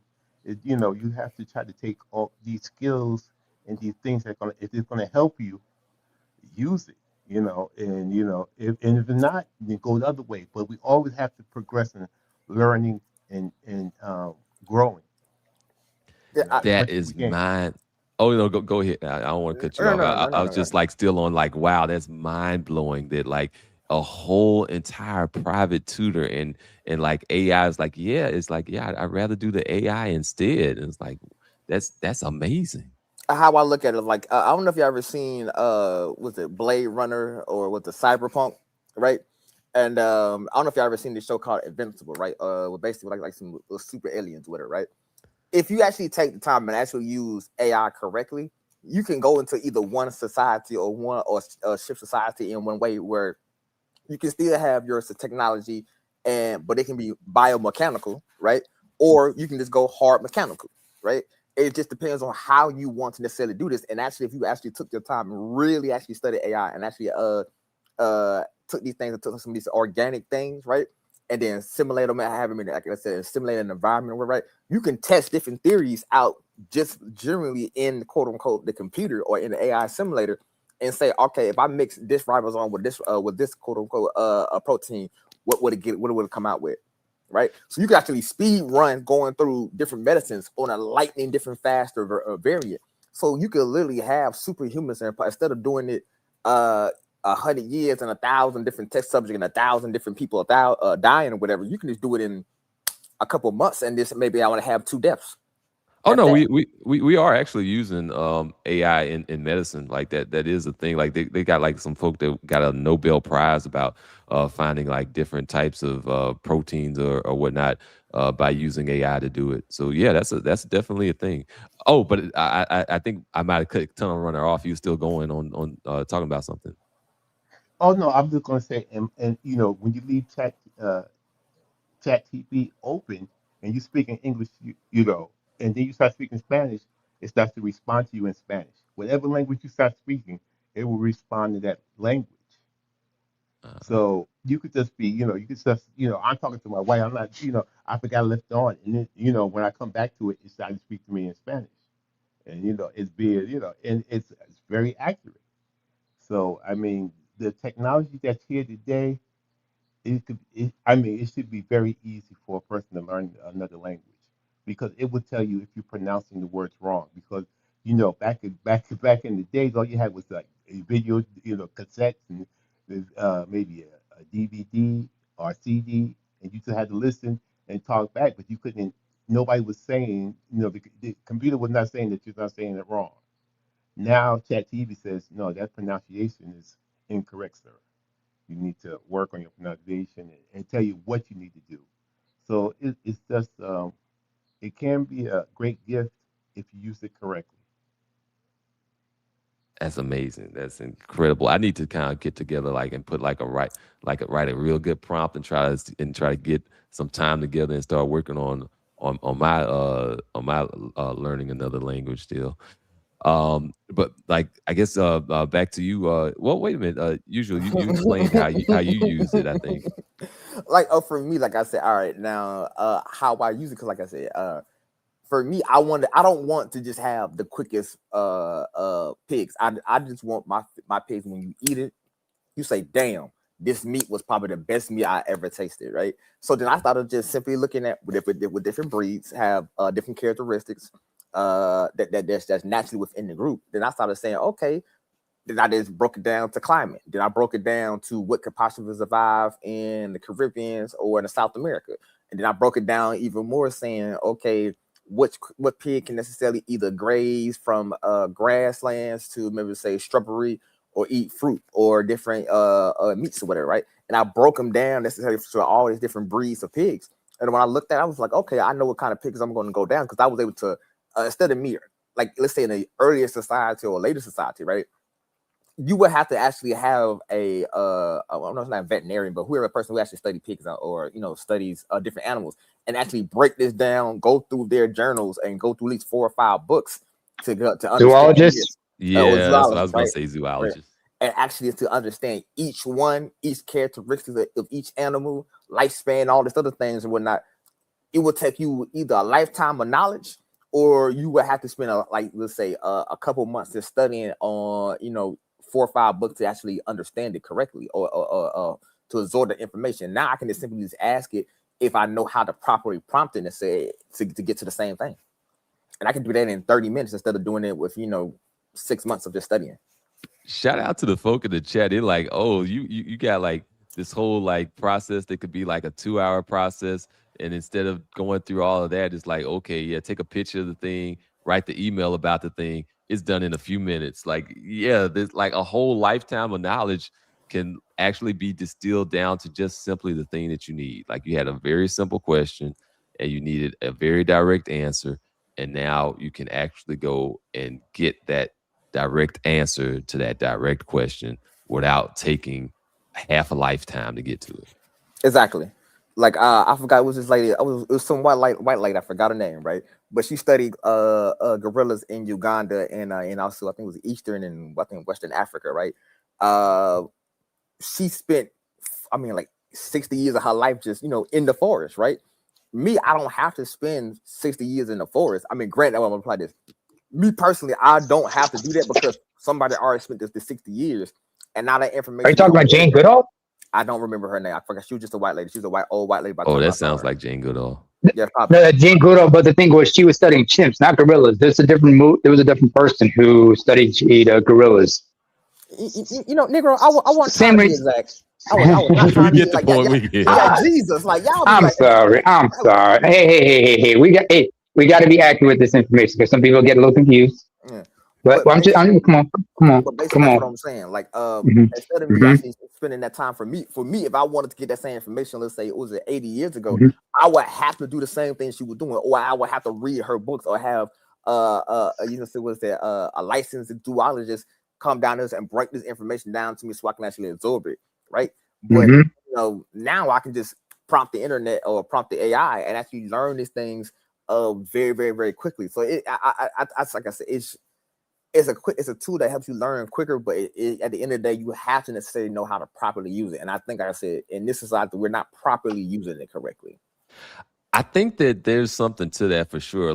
But I think that, because I don't want to totally diss on entertainment, because sometimes these things are interrelated. Like, we'll have something that's like sci-fi that's on kind of like a little bit of the entertainment end, but then that entertainment piece will be something that like sparks something in the brain of somebody that does have like some technological know-how to where it actually becomes a thing in real life. Like, we'll have fantasy that will end up eventually being something that ends up pushed out into actual reality. Like, you might have like those Star Trek translators or whatever, people like, oh, that's crazy, insane stuff. Why is he talking into that brick in his hand and doing things with this brick in his hand? And then now it's like, who remembers Demolition Man? Who remembers the movie Demolition Man with Sylvester Stallone and Wesley Snipes? Oh yeah, I remember that. They had that whole all the technology. Yeah. Like that one thing that Sandra Bullock wanted him to engage in, but they had to wear headsets. And now you have something called the Oculus Rift. That's a whole nother story. That's into the more raunchy end. Or like how they talk about, or like how back in the day, receipts getting printed out like they used to, or people getting tickets instead. Or like how they were talking about, how cryogenic. What you learned about cryogenesis and everything, and those types of technologies. Because remember, they were also using stuff like that in the Alien series, like for people when they're going into hyperspace. Oh yeah, so they wouldn't age to them. Yeah, they did have that in there. Yeah. Like Interesting stuff. Like sci-fi interacts with actual science, and then science Mhm. interacts with sci-fi. Like it's a See, two-way street. it's a feedback loop. Just like I said with the music thing, I may give a piece of it, I may throw it to you. You come up with a new idea, you throw it to somebody else, they get another idea, they throw it back to me. Then before you know, you have a triangle. We just throwing it back and forth, coming up with new ideas. Like house music has evolved from where it used to be. Necessarily out there, was it Chicago? What's I forgot where it was. Bebop, maybe? Oh no, not bebop. That's DC. What was it? Or like in the UK, you in the UK you got things like dubstep, and from that also you evolved into other forms of music like garage. Yeah, I know you guys say garage, but over there they call it garage. It's drum and bass and R&B, how those things were fused into it, and then house music, but also with techno and trance music and dubstep would change differently there. And how they're trying to do the same thing in South Africa. Yeah, that's what I'm saying, right? Just because somebody came up with it, they was able to use it and say, and then take it. Like for me, like I use this, I look at this technology how I look at music. I don't really see the world, I hear the world. I know that sounds kind of funny. I don't see the world, I actually hear it. So for me, I just be like, I'll look at the same way how I look at music, how I look at my science. So I'm like, okay, I can take that idea from over here, transform a little bit by adding, my my specialities or the instruments that I have, or the material that I have in my environment, change it a little bit and see what I can come up with. And before you know, you got a whole new thing. Like, I mean, the funk music that you have in Brazil is by far some of the most greatest music I think I've been listening to in the last couple of years, because the tones are familiar but radically different. Same thing with South Africa, but the tones and the music, the pattern is familiar but radically different. Yeah. Just Go ahead, sorry. Neymar, I forgot I think I might have forgot to ask you like what you're using AI for. Like, are you using AI for both for? Not really. I've only started to using AI, but I'm asking certain questions because I'm kind of reluctant to use it because there's certain skills I don't want to lose. Because one of the things we have to understand is like when you start using certain new technology, you can end up develop a dependency on it. Like I had said earlier, and some of those skills you have could end up becoming atrophy as a result. So I have to be careful if I'm going to use AI, I got to be careful how I use it, when to use it, and when do I need it absolutely. Otherwise, me personally, I do like doing research on my own. Whether we'll have to go get the books on the library, which I don't really nowadays, but if I go online, can do a search here, look for certain websites, cross-check, cross-references. I still like doing that because it's like the thrill of trying to seek out this type of information. Just like also, there's two types of streaming service, for example, called Curiosity Stream and Magellan TV. They do nothing but educational stuff. So I can go there and I can check on them. I can get, because I have subscriptions to them. I can just check out for documentaries and expand my mind that way. So it seems I learn better that way. So it seems like you're like, I don't want to give up being a walking encyclopedia. I want to continue to be a walking encyclopedia, but I might use AI to let me know which links to what thing I want to find out about. Like, okay, maybe if I need to find and read something more into this book, then I go over there. Or, maybe there was a TED talk on this thing, on this link. Now I can listen to what they're saying. There was this interview that I needed to hear. Maybe there's a periodical, that type of thing. You kind of use it as kind of like a referencing source, or like the index cards in the library. I have not heard that term in a long time, but I love that. But for me, it's not just the general information. For me, I just like to go into intricate details because I need to have the specific right information for what I need. Like because I remember just like as Javier Bardem said in No Country for Old Men, you need to have the right tools for the job. AI will provide you with some of those tools, some of that information as well. And sometimes you need to have the right information to do a particular job. Oh yeah, there's a saying like we have, and I don't know how physicists ended up with this, but like I guess it's because we end up having to do like a bunch of different types of like programming just to answer questions. So we end up into like some of those programming spaces for whatever reasons. But the idea is like garbage in, garbage out. Like if you go and you put something into a system or into a software and it's garbage in the first place, then yeah, you're going to get garbage on the back end of it as well. Like you can write like a prompt. Yeah. And if you write like a poorly worded prompt or don't know what you're really looking for in the prompt, then what you're going to get is not going to be like the best output out of the prompt. Like I might say something along the lines of like, hey, look up data about blah, blah, blah. And then I'll get like, maybe I might get like something that's from some article, but then the article might not be all that reliable. Like I might need to actually like specifically let it know like, hey, I want to know about this based off of US Census data. I want to know the FBI data on something. I want to know about maybe what the CDC said about something. You know, stuff like that. Something like where at least I know a little bit of, or something like what the CDC said on blah, blah, blah, blah, blah. So that I can at least kind of get it pointed in that general direction to get the best available data and the most accurate data on a particular thing that I'm looking for. And by the way, it's not just it's not just physicists who use that phrase garbage in, garbage out. I hear that phrase in many other fields, whether it's newsrooms and media or in accounting, which is my background actually. And also in, hey, I'll cook up the books when you need me to.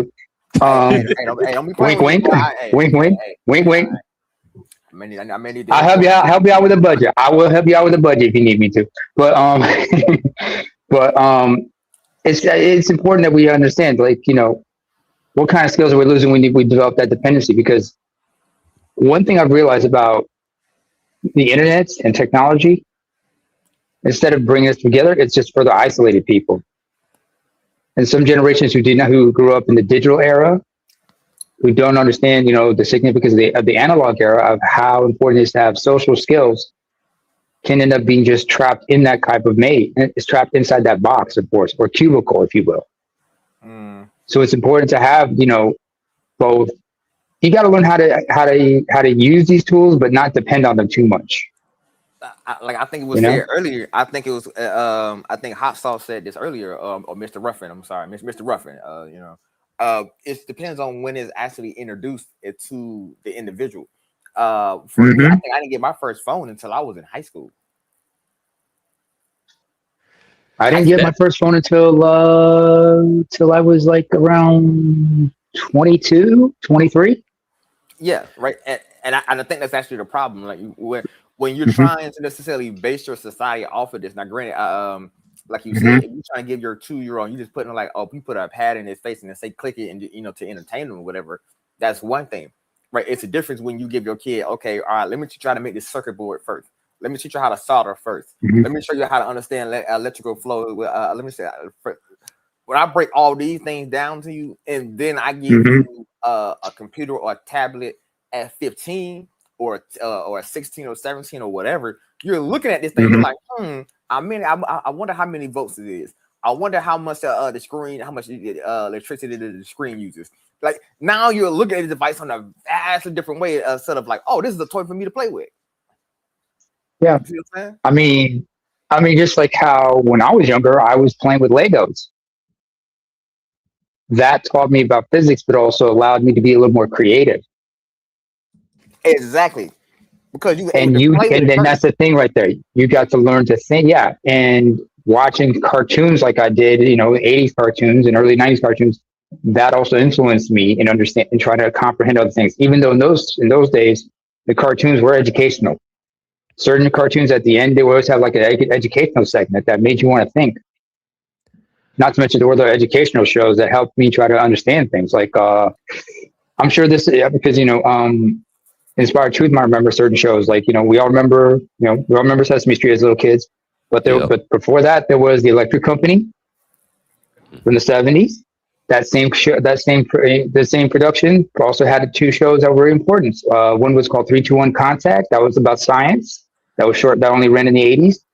And then in the 80s and early 90s, there was a show called Square One TV, which was about mathematics, all by the same people. You know the funniest thing is what actually made me Mm-hmm. study science more than anything else Mm-hmm. was Mm-hmm. Dexter's Laboratory. I don't laugh at me. And then No, the no, no, Magic no, School no, no, Bus. no. Well, All between the right. Magic School Bus and Dexter's Mm-hmm. Laboratory, literally, I think that really sparked my whole interest into science completely. Mm-hmm. To the point that I started getting me a periodic table, and I started telling my parents, I think I want to be a scientist when I was a kid. Like I literally remember Uh-huh. just watching those two shows and was like understanding like Mm-hmm. the human body does this. Oh, cool. If you have enough skill set with this, you can make a giant robot and do this. And I was like, it makes you want to think, how can I do this myself? And as you progress and start to get older and learn more, you say, what can I Mm-hmm. actually create? And I think you, like you said, you do need that necessarily, but for me, that was my trigger. Yeah, I mean, Yeah. entertainment does spark creativity, and we definitely need creativity in the sciences.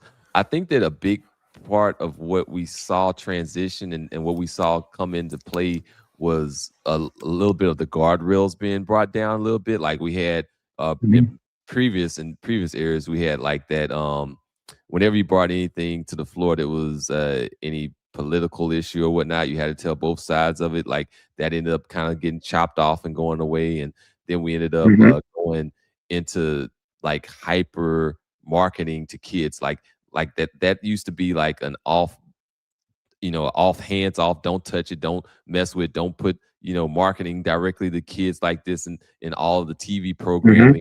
But we went to hyper mode with marketing to kids, and that would have been considered like sacrilegious in the past, but now we end up doing that. And so more of the of the focus is on how many dollars we can get out of kids instead of what we develop kids into. And that is the beauty of mercantilism. Thank you, Mr.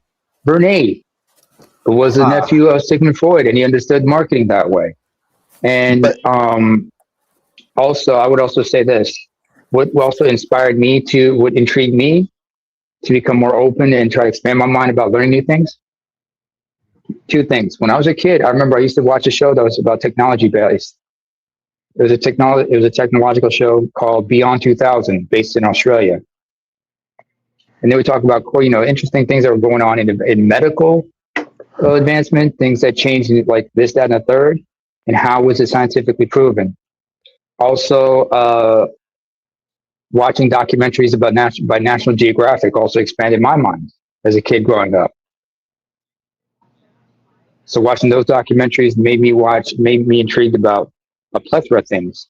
And if you expose kids to that, it'll make them want to open up their minds. In fact, the late actor and dancer, Wait, what's his name? Before you get to that, I don't want to like just gloss over like National Geographic, because that was transformative to me too. Exactly. Like, Okay, that was from it was, but and this connects to what about National Geographic is this. The late great actor Geoffrey Holder. Most of y'all might remember him from the 7-Up commercials, but he said the best playground for a child is a museum. Take your child to any museum, the Museum of Natural History, the Smithsonian Institute in DC. How many kids were inspired into going into NASA because their parents took them as children to the Smithsonian Institute, and that just that linked them to want to learn about that. Or how many people after seeing the Museum of Natural History, they started like asking questions like, "Oh, that's cool," and that just brought in something about them. Yeah, it's the whole idea of like seeing something that you've never seen before, that can spark something inside the imagination of a person, and then that imagination, that little seed, can grow into a tree that becomes something that holds up our society, our modern society. Just based off of that. I see the tunnel runner came back. Was there anybody else that wanted to speak in on what they're using? Oh, well, I guess we pretty much went through everybody that said what they're using AI for the most part. and definitely like another thing with National Geographic was like the whole topography thing. Like there's like things that you just do not see, like living in the city. Like even if you're in like a mid-sized city, like there's like certain parts of nature that you just never knew it actually existed in the world. And then that was kind of like the entryway into that. And this one thing, China. I wish Mr. Ruffin was here, but China was saying that they had brought millions of solar panels just a couple of months ago to Cuba, and they said they could get Cuba off the oil in 3 more years, just the solar panels and solarizing the grid. So they were saying if America would, allow them, they did bring it after they had that crisis. That's why you don't hear anything anymore about the grid going down, even though it's not going down as much, but they have brought millions of solar panels in for free. They gave Cuba these solar panels for free and made solar farms and also individual people. So it's kind of like if they could continue to do it, and America has the same, quality, but they will not support them, and they won't even support Puerto Rico with the solar panels. If they could get them off of oil and get them into the solar system, get them into the solar, that their oil demand would be, maybe could be down to like 4 or 5%. Bro, not at 90%. It is reprehensible what we did with Puerto Rico. Now, not we as in us as in our group, but I mean like us in our country, government, like our government. I don't claim them Negroes. I treat the U.S. and I see what I'm saying. Like that girl, you only know her necessarily through a cousin or so. You be like, you know her? I'm like, not really. Bro, you know what came through my head just now? It's like Billie Jean is not my love. But yeah, exactly. That's how I treat the U.S. man. Billie Jean is not my lover, bro. I'm like, hey. Oh, that's funny. I thought. Oh, wait a minute. You're right about Puerto Rico and Billie Jean, because I was gonna ask about the VI, but I realized no, that's Dirty Diana. But no, I was about to say because for me personally, right. If you actually, for me, when I actually took the time and actually studied this, right? Because of where the Caribbean is, or where just like what South America is, they will benefit heavily from either solar power, or what is it, nuclear generation, right? And those places, especially you saying in the Caribbean, because you have so much deep ocean water that you have. If you can build a facility there in a deep ocean in the water, you can build your nuclear facility. It's deep in the ocean. It's way enough cooler. It has the protection of the water mass necessarily to cool it down. The only thing is you got to build a structure that can actually keep it house it. But once you build that, man, you can supply you can build that thing pretty large and supply a huge amount of not only just the Caribbean but all the surrounding areas with electricity, and have see what I'm saying, was it your main generation be nuclear, but then have your top level be solar, and you can have a green society, and and realistically, in 50 years, maybe 100, depending on how you want to work it. But 50 years realistically.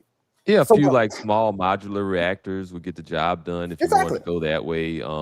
You could do a little bit of solar too. I mean, they really need to kind of like you want to kind of like diversify a little bit. So like maybe you don't just go all in and do only solar. Like maybe do solar and then nuclear, and then maybe it might be helpful to have some AI management of the grid. Exactly. And that's when I did the research about 8 years ago. Now at this point in time, I was like 22.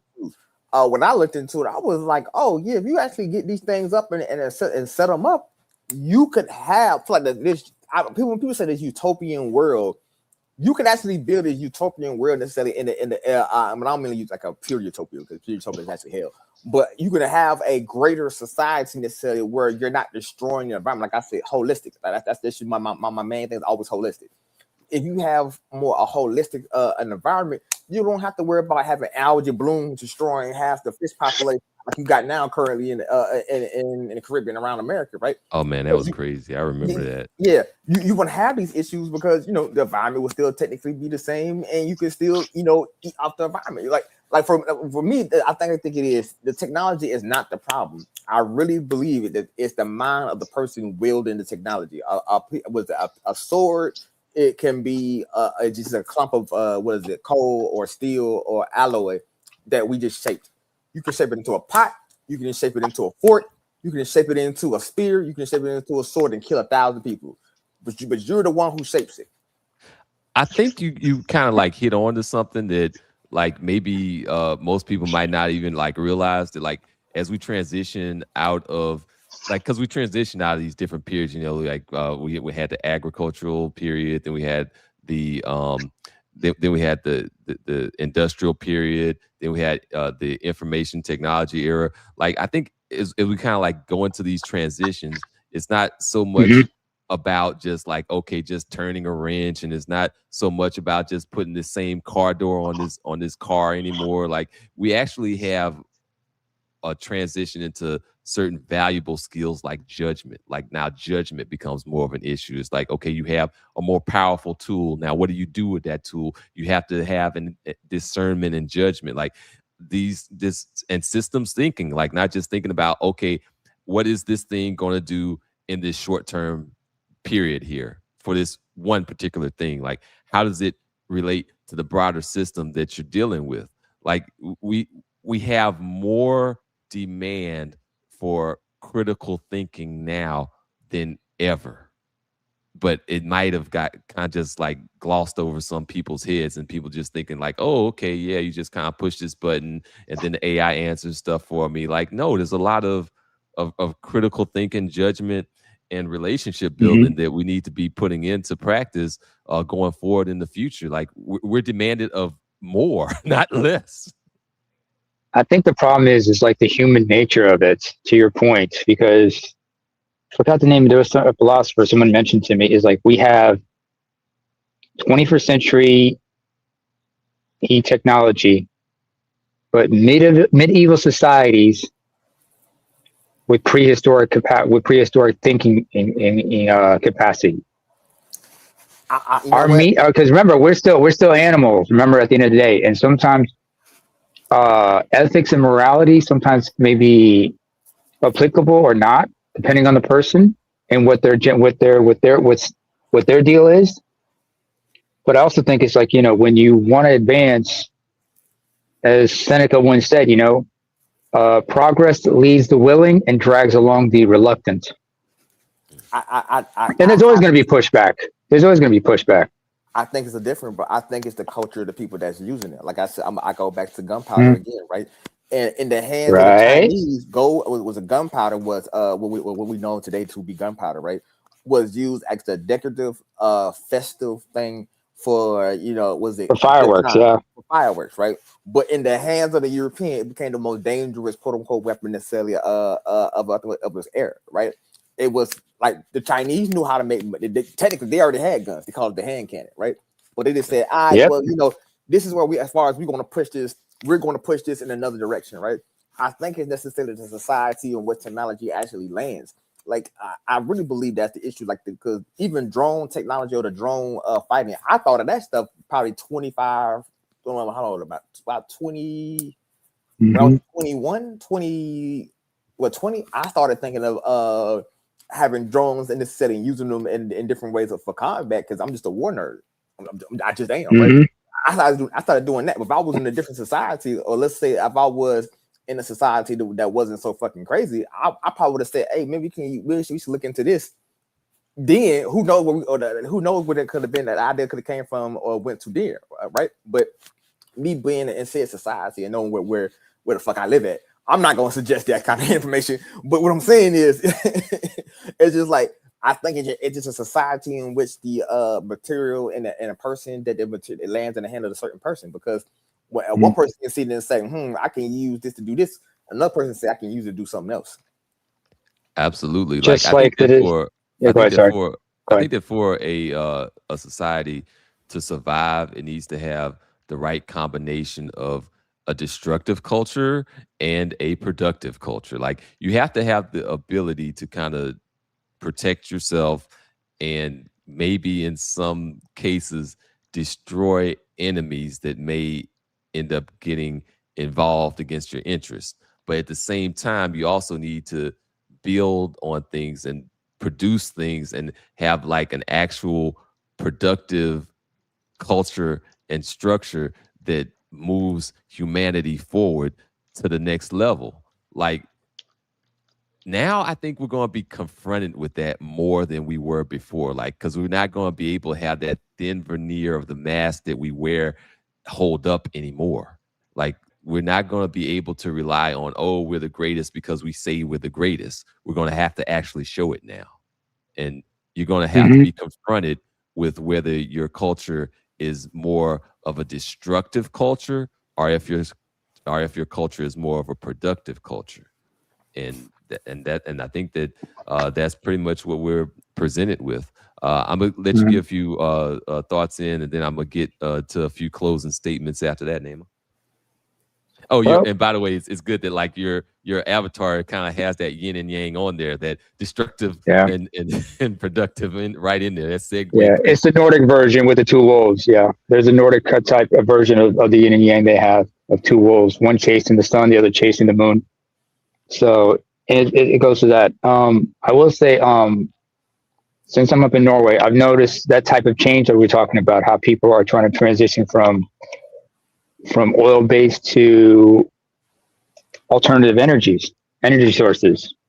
Like, for example, the state oil company was called Statoil, but they would rebrand like around 2020 as Equinor, because they started putting a lot of investment in their research and development departments to find new ways of energy generation and try to wean off their dependency on oil, even though they're still maintaining oil production. And, they go into current turbines, for example. That's one way they're experimenting, which is basically they have these little devices that generate energy based by being in the currents, in ocean currents, that is. They're also engaging in wind turbines, solar, but they're also trying to invest in people. And what Tunnel Runner said earlier about China's investing in people, China helping Cuba by providing them with solar panels for free. My question is, are they also training these people on how to be self-sufficient in repairing these panels in case something happens, or what to do in case they need to replace certain panels and whatnot? It's not enough, because if you give somebody certain types of technologies that's required for their environment, you've got to also teach them how to repair them. For example, a gentleman named white man by the name of Justin Wren from Texas, former MMA fighter. He is involved in he's been involved in the Congo, trying to help the indigenous pygmy population who have been dealing with discrimination and whatnot. And he's been helping them work on learning how to develop these handheld water pumps so they can acquire safe drinking water in their environment. It's not enough to install this. Not enough to install those things. They're also teaching these people how to repair them in case they go broken, so they know what to do and be self-sufficient. That's my question. That's an important part of future planning. Like, it's one thing to give somebody something, but it's another thing to actually teach them how to use it and how to maintain it.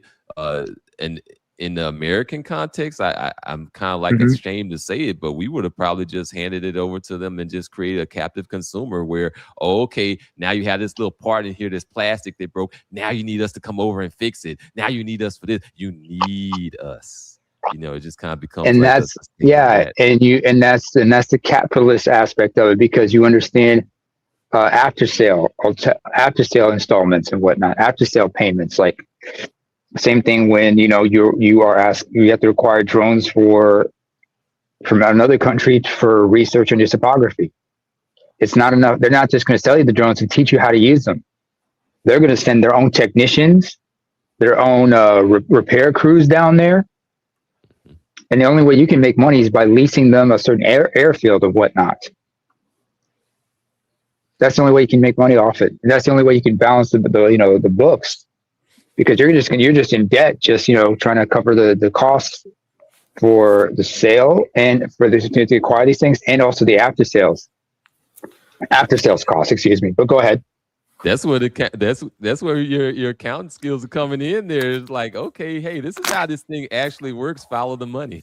Yeah. Hang on, let me get the number crunching here. Yeah. Hey, bro, you may want to go ahead and move, bro. I may have a place for you, bro. Real talk, I'm serious on this one, bro. I may have a place for you, man. I'm trying to find me a good accountant, bro. Yeah. This is what this is about. This is us coming together and like saying, Coming together. like I'll have my sector, you'll have your sector, you'll have your sector, and then when we get together, then we start comparing notes on our different sectors and we come up with building stuff. Yeah, I got building one the network that works.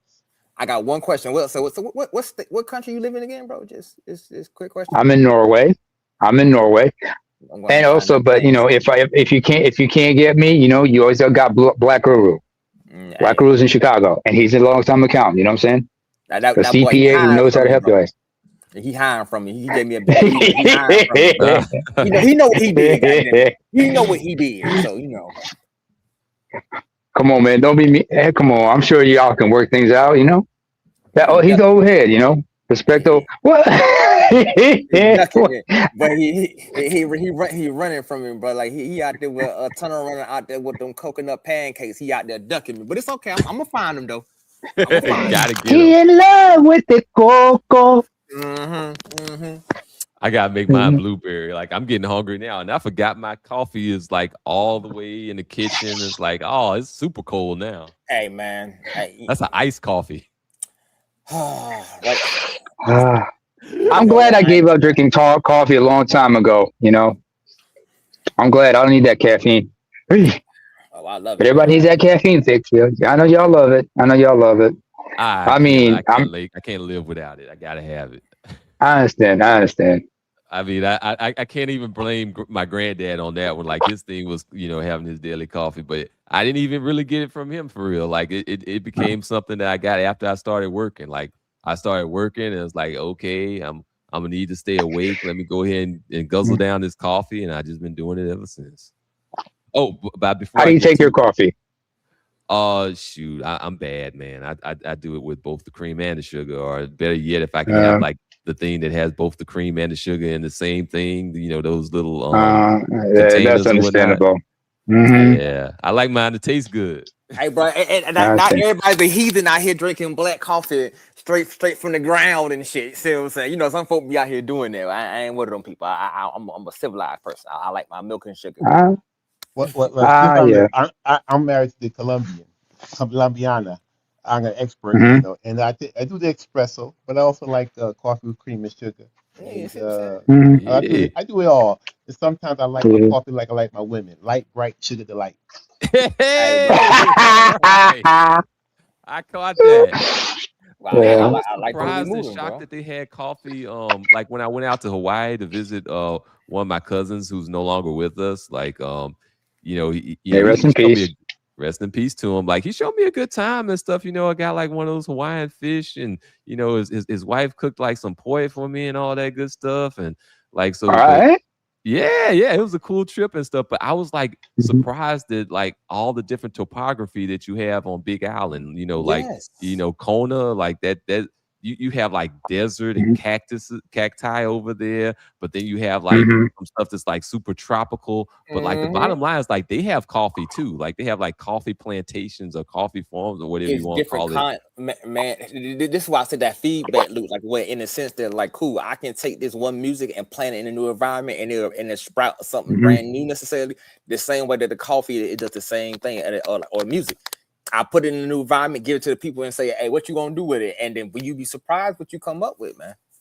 Yeah, just like or you can take this for example. Take cocoa, like how it's cultivated and grown in parts of West Africa compared to how it's grown in parts of northern parts of South America. And their chocolate production is two different beans and how they produce them, everything. Just like, you know, different types of different breeds of certain vegetables, how they're breed in one place compared to another, and that was through you know, exploration, you know, because remember, the Americas gave certain types of, you know, bulbous vegetables to Europe, like the potato and the tomato. Others were also chilies. Also, certain spices were brought in from through exploration from India and parts of Africa and everything. Man. To Europe. And so, yeah. So you understand how technology has advanced that way. I'm gonna let you get in real quick, usual, then I'm gonna go ahead and wrap it up with a few final statements and thoughts. All I'm gonna say is, boy, fuck them white folk, bro. They got all them flavors, all them spices, bro, and they food still tastes horrible as shit. At the end of the day, bro, I mean, the best tasting food that come to Europe is never made in Europe. It came from someplace else. Jesus Christ, well, all that kind of, well, all them kind of fruits and vegetables that you had at your disposal. The best thing they came up with was a sub sandwich, man. Fuck these people.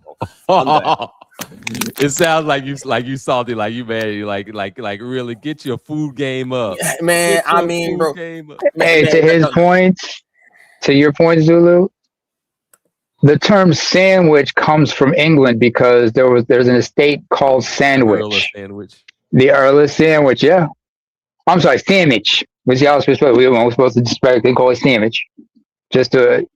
But yeah, it was his idea to say, just give me this in between two of those pieces of bread.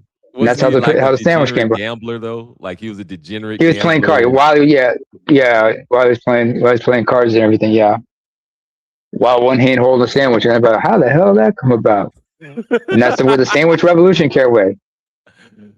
So I can see your frustrations about that. Hey, they're better with alcohol. I'll tell you that much. I mean, I will give them that. I will give them that to a certain extent, just a certain extent, because like beer, as we know, beer is not the same beer as you get like when you get into like all the different type of German beers. They have all these different type of beers that you can have, and it's not just like one little Bud Light type of situation. No, it's different breed, different varieties and everything, different types of wines, cognac, spirits, and whatnot, or dark liquor. But that's another discussion for another time. Yeah, that's a whole nother topic. But I mean, like that we could go on for that. Like, that'd be like 30 minutes or something talking about booze. Yeah. All right. So we talked about a few things here. We discussed AI. Our goals as Black men, for the most part, what we should be shooting for is we're shooting for that economic immunity. We want to try to go for that. We need to try to look into multiple income streams. That's one of the things that AI tools might allow us to get into. We need to build some leverage, and that is exactly what new technology and this particularly disruptive technology can do. You can build leverage and get ahead of the delta before it's too late if you are early to implement new technologies in a way that's the most productive for yourself. Global competition. Absolutely. There's a global competition that's going on right now, as per usual, as it will continue to go on. But you want to get ahead of that global competition as well, and then try to make the best shot at giving people what they need so that you can go ahead and build your own sovereign structure, your own sovereign entity, and get yourself as immune as possible. Like, there's always going to be systems within systems and groups within groups, and we want to best position ourselves to take advantage of AI to develop a plan that's a global plan. Hey, maybe they might be selling or needing something in Uganda that you can do something with, or maybe you might find something that's going on in Guyana. Yes, I know that people are like, oh yeah, Guyana, you got to leave that alone because of all of this, potential for conflict and what. But there are emerging. What are you talking about? That's the best place to be here. But that's why I ain't gonna say where I'm at, but I'm there, baby. I'm there. What? Oh, I'm shocked because I thought so many people were afraid of. Oh wait, no. I'm talking like with Guyana. Yes, Guyana. Guyana. Oh, Guyana. Yeah, I just went like shit like was it a couple months ago necessarily there another place. Hey man, I'm telling you that's where I'm gonna be touching down there eventually.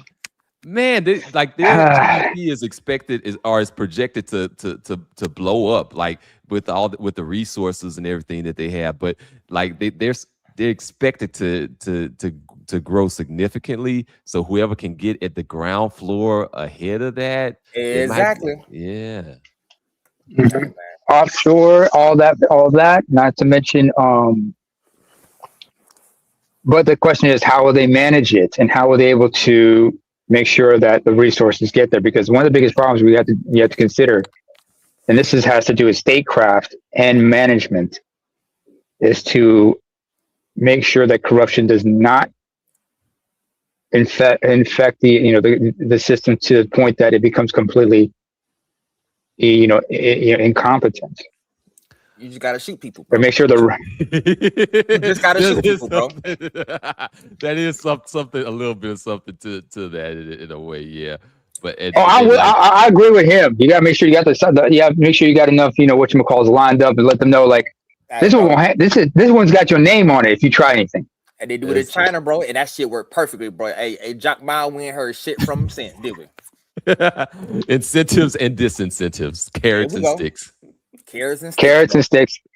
Just make sure the carrots are nice and dandy, and the sticks, well, we can't use sticks. You're gonna need like big ass clubs or baseball bats with a couple of nails in them, like in a cartoon. And let them know, it's still a stick. A modified stick. That's technological advancement right there. We got to evolve from the stick to a bat. Technological. I'm telling you, but there we go. Technological advancement. but let me we're doing too much, yeah. Get too much. Like, let me get back to that. Getting into that global import-export business will be something that you want to take a look at right now. And it's going to be an issue coming up in the very, very near future. If you can find a way to use AI to leverage that in every way that you can, it's going to be a definite benefit for you. And with that, I thank all you brothers that showed up. If anything comes up that you all figure out that we need to be talking about, that we all need to be working on, let me know. Either hit me with a text. I have my email. I think I still have like my email in my bio and whatnot on my channel as well. If you want to do either one of those, reach out to me. We want to be building up something together, and we want to be positioning ourselves in the best possible place, the best possible time to make the best possible outcome that we can for all our people. So with that, it's been a pleasure. And I'll see you all in the next stream. Hopefully next time around, I won't be speaking to myself for like 10, 20 minutes. Jesus Christ, man. Always make sure the mic is right, because sometimes the mic gets a little spicy. But the mic was working. It was just like, I guess I didn't click on whatever thing to bring myself up, Yeah. All of y'all we learn something new every day. Yeah, we all learn something new every day, And it's the crazy thing. That's life. That's life. You learn, hey, you got just take it on the chin, and then realize tomorrow's another day. Just go home, regroup, and we start from scratch and learn not to repeat the same mistake. Yeah, that's that keep showing up business. Like it might showing up. Yeah, might be some little some detours and some barriers along the way, and some of your car rolling back in the opposite direction, but just keep showing up. So peace out to y'all. Y'all have a beautiful weekend. I'll see y'all in the next one.